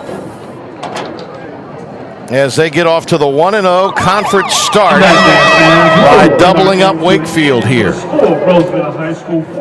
Wolverines still searching for that signature win. They might get it this year. It is going to be tough, though. This is a loaded league, but Rolesville, that march to try to get back to the state championship game, starting off on the right foot here tonight. Well, and for Wakefield, this is a vastly improved team, and you saw the talent, the execution, a lot of bright spots here tonight. Rolesville, though, this is a team trying to go back to the state championship, really off to a good start, and you saw the star power take over. The defense really stand strong, especially in the second half. All right, let's go to Marilyn Payne. Thanks, Patrick. Martin, my first question for you is there any update at this point on Ethan right now? It looks like the EMS hasn't left yet, so I don't know. We have people in there with him, and I haven't heard anything negative, so I don't know what's good or bad or indifferent, but I guess we'll find out shortly. Thanks for that. We all certainly hope that he is okay the rest of the way for you guys. Thank you guys very much. As for your offense tonight, we saw really all that you can do on the ground. Noah Rogers minimalized, but how was your offense able to overcome that? Byron Brown can run. We have a running back. We have 2 running backs, Dunn and Krim, who have just been phenomenal all year. And you know, whenever you try to take away one aspect, we have other people that can kind of step up and do some things for us, and that's what happened tonight. A defense where you replaced 7 starters for spring has now held a third opponent to 2 touchdowns or fewer in 4 games. How are they growing? They're starting to mesh, and you know, anytime you have that kind of a turnover, the kids have to get familiar with one another, and I think we're starting to do that. What is the next step that you need to see this year's roster take as you pursue your goals for this fall? There's some things we could definitely improve on. Tackling. We can become a little bit better tacklers, and kind of whenever there's a scramble, not panic as much because we're still learning our defense. But other than that, I think we're coming along nicely. Well, a dominant conference opener for your program. I'll let you have your Friday Night Rivals trophy. Thank you very much. Thanks, Coach. Thank you. Patrick, back to you. All right, Marilyn, and again, Ethan Daniel, that is someone that we are thinking about, and it looks like a little shielded there, but that's him putting on the sweatshirt. He looks like he's out under his own power, so that's obviously a very good thing. You see him there, and he wants to get over and be back with his teammates, but it looks like hopefully he's going to be okay. That is a good sight to see here as we close our broadcast, and thumbs up from one of the EMTs. So we'll read it, positivity into that. Nice job by Maryland to track all that information down and to ask Coach those thoughtful questions in a tough situation. Well, all of us would certainly like to take a moment to thank all of the wonderful folks at Honda Dealers of the Carolinas, Talk It Out NC, the NCDHHS, and Riddle and Brantley, who make these games possible for viewers at home. Also, we'd like to thank our other great supporters for their contributions to Friday Night Rivals: Wake Tech, Hall Insurance, CPI Security, West Shore Homes, United States Marines, Open Door, and United Rentals. We'd also like to thank Tonight's participating schools and their administrators for their support. Rolesville High School, our host, Wakefield High School. Tune in next Friday when the Leesville Road Pride take on the Cardinal Gibbons Crusaders. For Jay Sonhalder, Marilyn Payne, and our entire crew, I'm Patrick Johnson. So long, everybody.